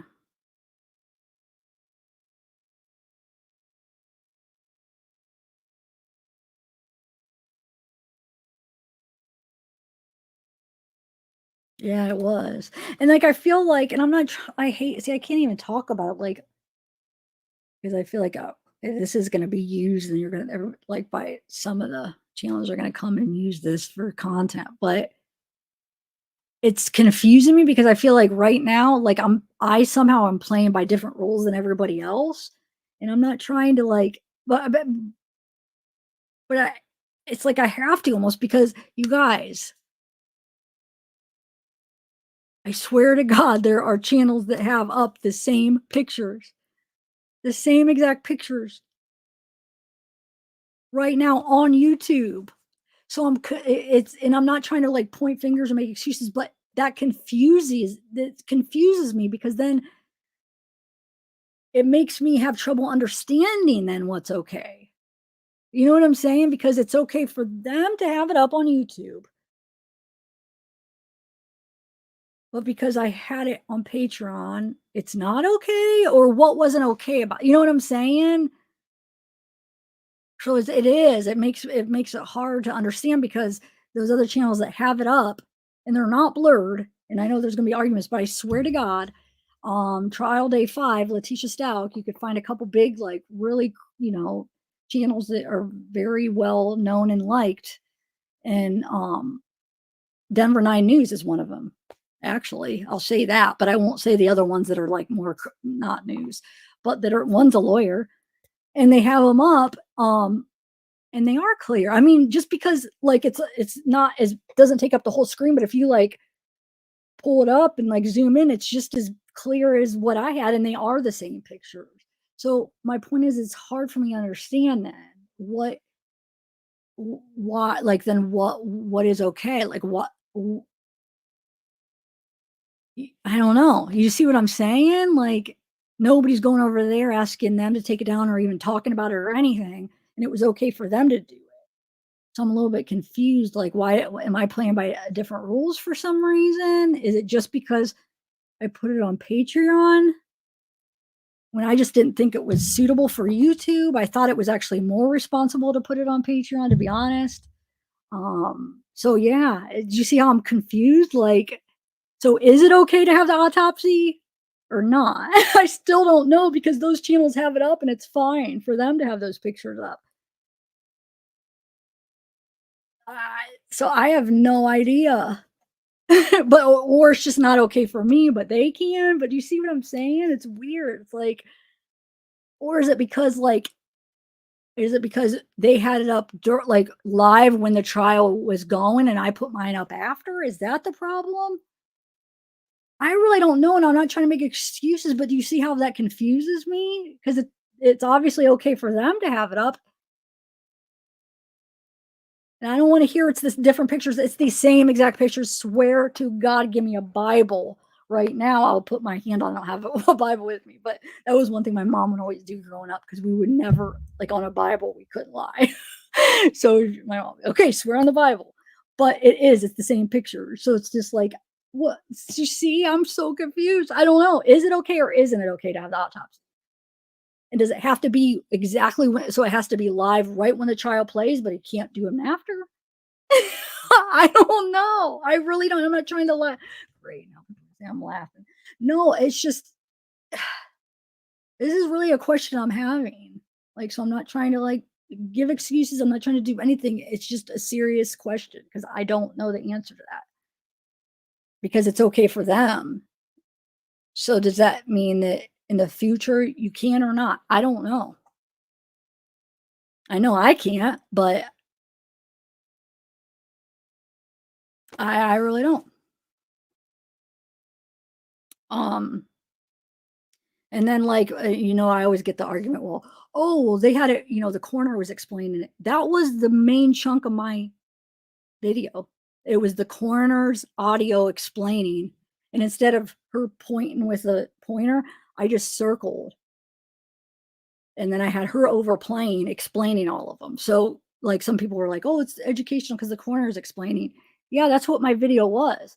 And then a little bit of me before and after, like after going over what she said. But mine, the main part of it was the same thing. So do you see? So I'm just struggling with what is okay. And do I really, in the future, I do have to play by different rules, but it just seems like I don't even, then what are my rules? I don't know what my rules are then. How do I know what my rules are? Because usually you could gauge what your rules are by what the community does, right? But if I'm seeing a community do some of this stuff, then I should be able to play by the same rules. It's okay, right? But then if my rules were different for some reason, I don't know why they would be, but I guess, then how do I even know what mine are? I don't. And I'm not trying to be a jerk, but I really don't.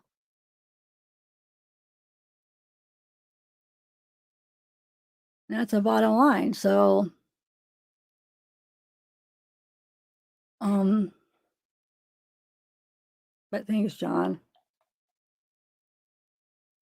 So it's like, now it's like everything I do, it's like, I think it's, I don't know, it's just, I just never know if it's going to be like, oh, nope, can't do it. But it's like, God, how do I know then? Because I'm trying to gauge it by what the community does and what,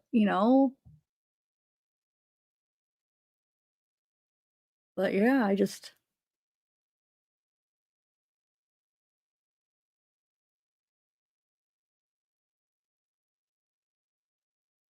anyway. No, yeah, it was the public records. It was the trial records. Like if you saw my video, it's the people's exhibits. All of the pictures I had, people's exhibits. It was the same ones from the trial. It really does. It really was. So I said, what is it? Is it because I did it after the trial or because I did it Patreon? But then Patreon was, it's supposed to be like, I thought it was more suitable.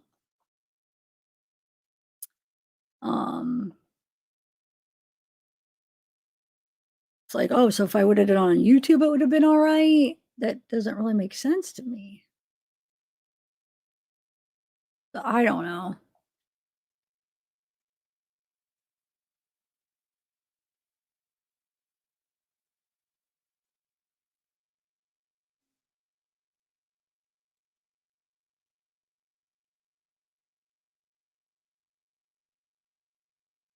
Yeah, that's what it was. I mean, that's what I thought. I didn't think it was suitable for YouTube, but I don't know.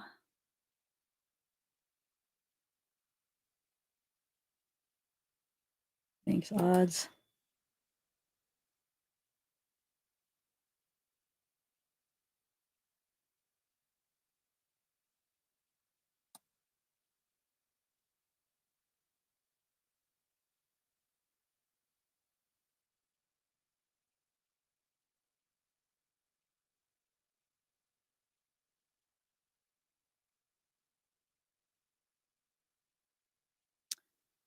But yeah, I mean, thanks. Yeah, I'm gonna keep going. That's just something I'm gonna be struggling with because I feel like it should be the same rules for everybody. So I just don't know what my rules are. So therefore, it's probably gonna happen again because my rules are different. It seems like. So then, is it gonna happen again? Where something else? I'm gonna get whatever because I'm thinking it's okay because I've seen other people do it and it's a part of the case and I got the public. You know what I'm saying? Is it gonna happen again on something? I don't know. We'll see. I hope not.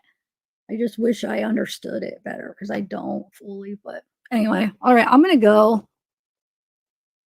I know. I just have a feeling that this is gonna be on what's his name's channel is probably, for content. Every time I even bring it up, somehow he knows. All right, I'm gonna go. Yeah, I am.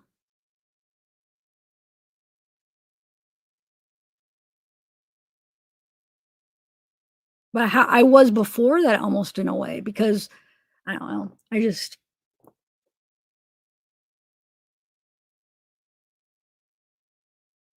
I'm gonna go. All right. Bye guys. So tomorrow True Crime Investigate. So come check it out. And and then look out for my I'm working on a Courtney Clooney video and yeah, I'll see you guys tomorrow. Darksy, I missed you though. I'm glad you're here. Oh, thanks, Crime Watcher. Jay, you've been awesome today. Yeah, okay.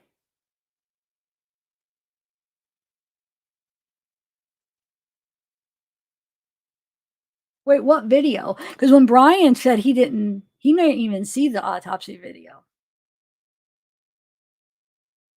He asked me to send him because he said he didn't see it. So he was talking about something he didn't even see. Anyway, all right, I'm gonna go. But see, that's the thing. I was out of town in a spot. Our freaking internet was horrible when this all broke loose. I was on my way there, and then I couldn't. And then also the copy of the video is on my computer here. So he asked me to send him a copy. I couldn't because I was hundreds of miles away, no service. Plus, the copy was on my computer here, and I wasn't here. So yeah, I couldn't. But he didn't see it. Not when he did the video of it. He told me he didn't. So yeah.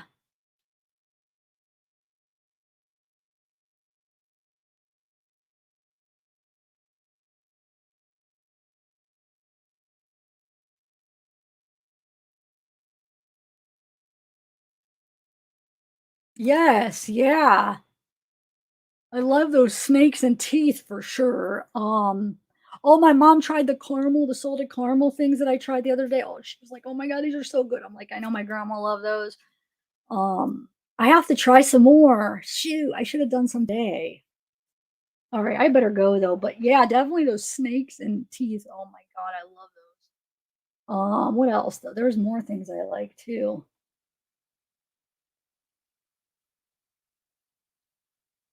Okay, Laura. Oh, okay. Okay, I see.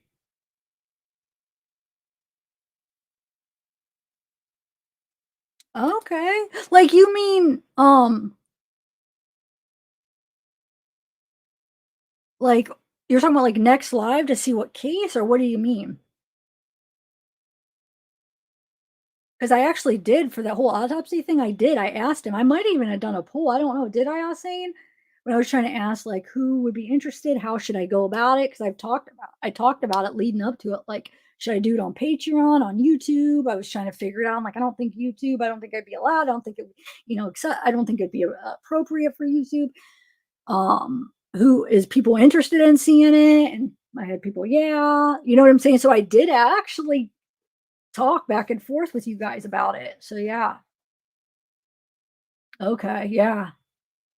I don't know. I might have even done a poll. I can't remember. Did I, Zalsane?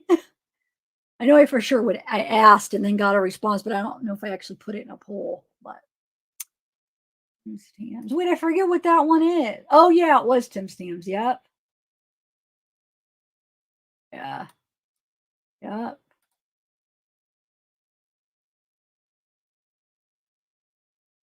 I don't know if I can't remember that. I don't know if I did a poll. I was saying, did I do a poll or no? Did I just ask?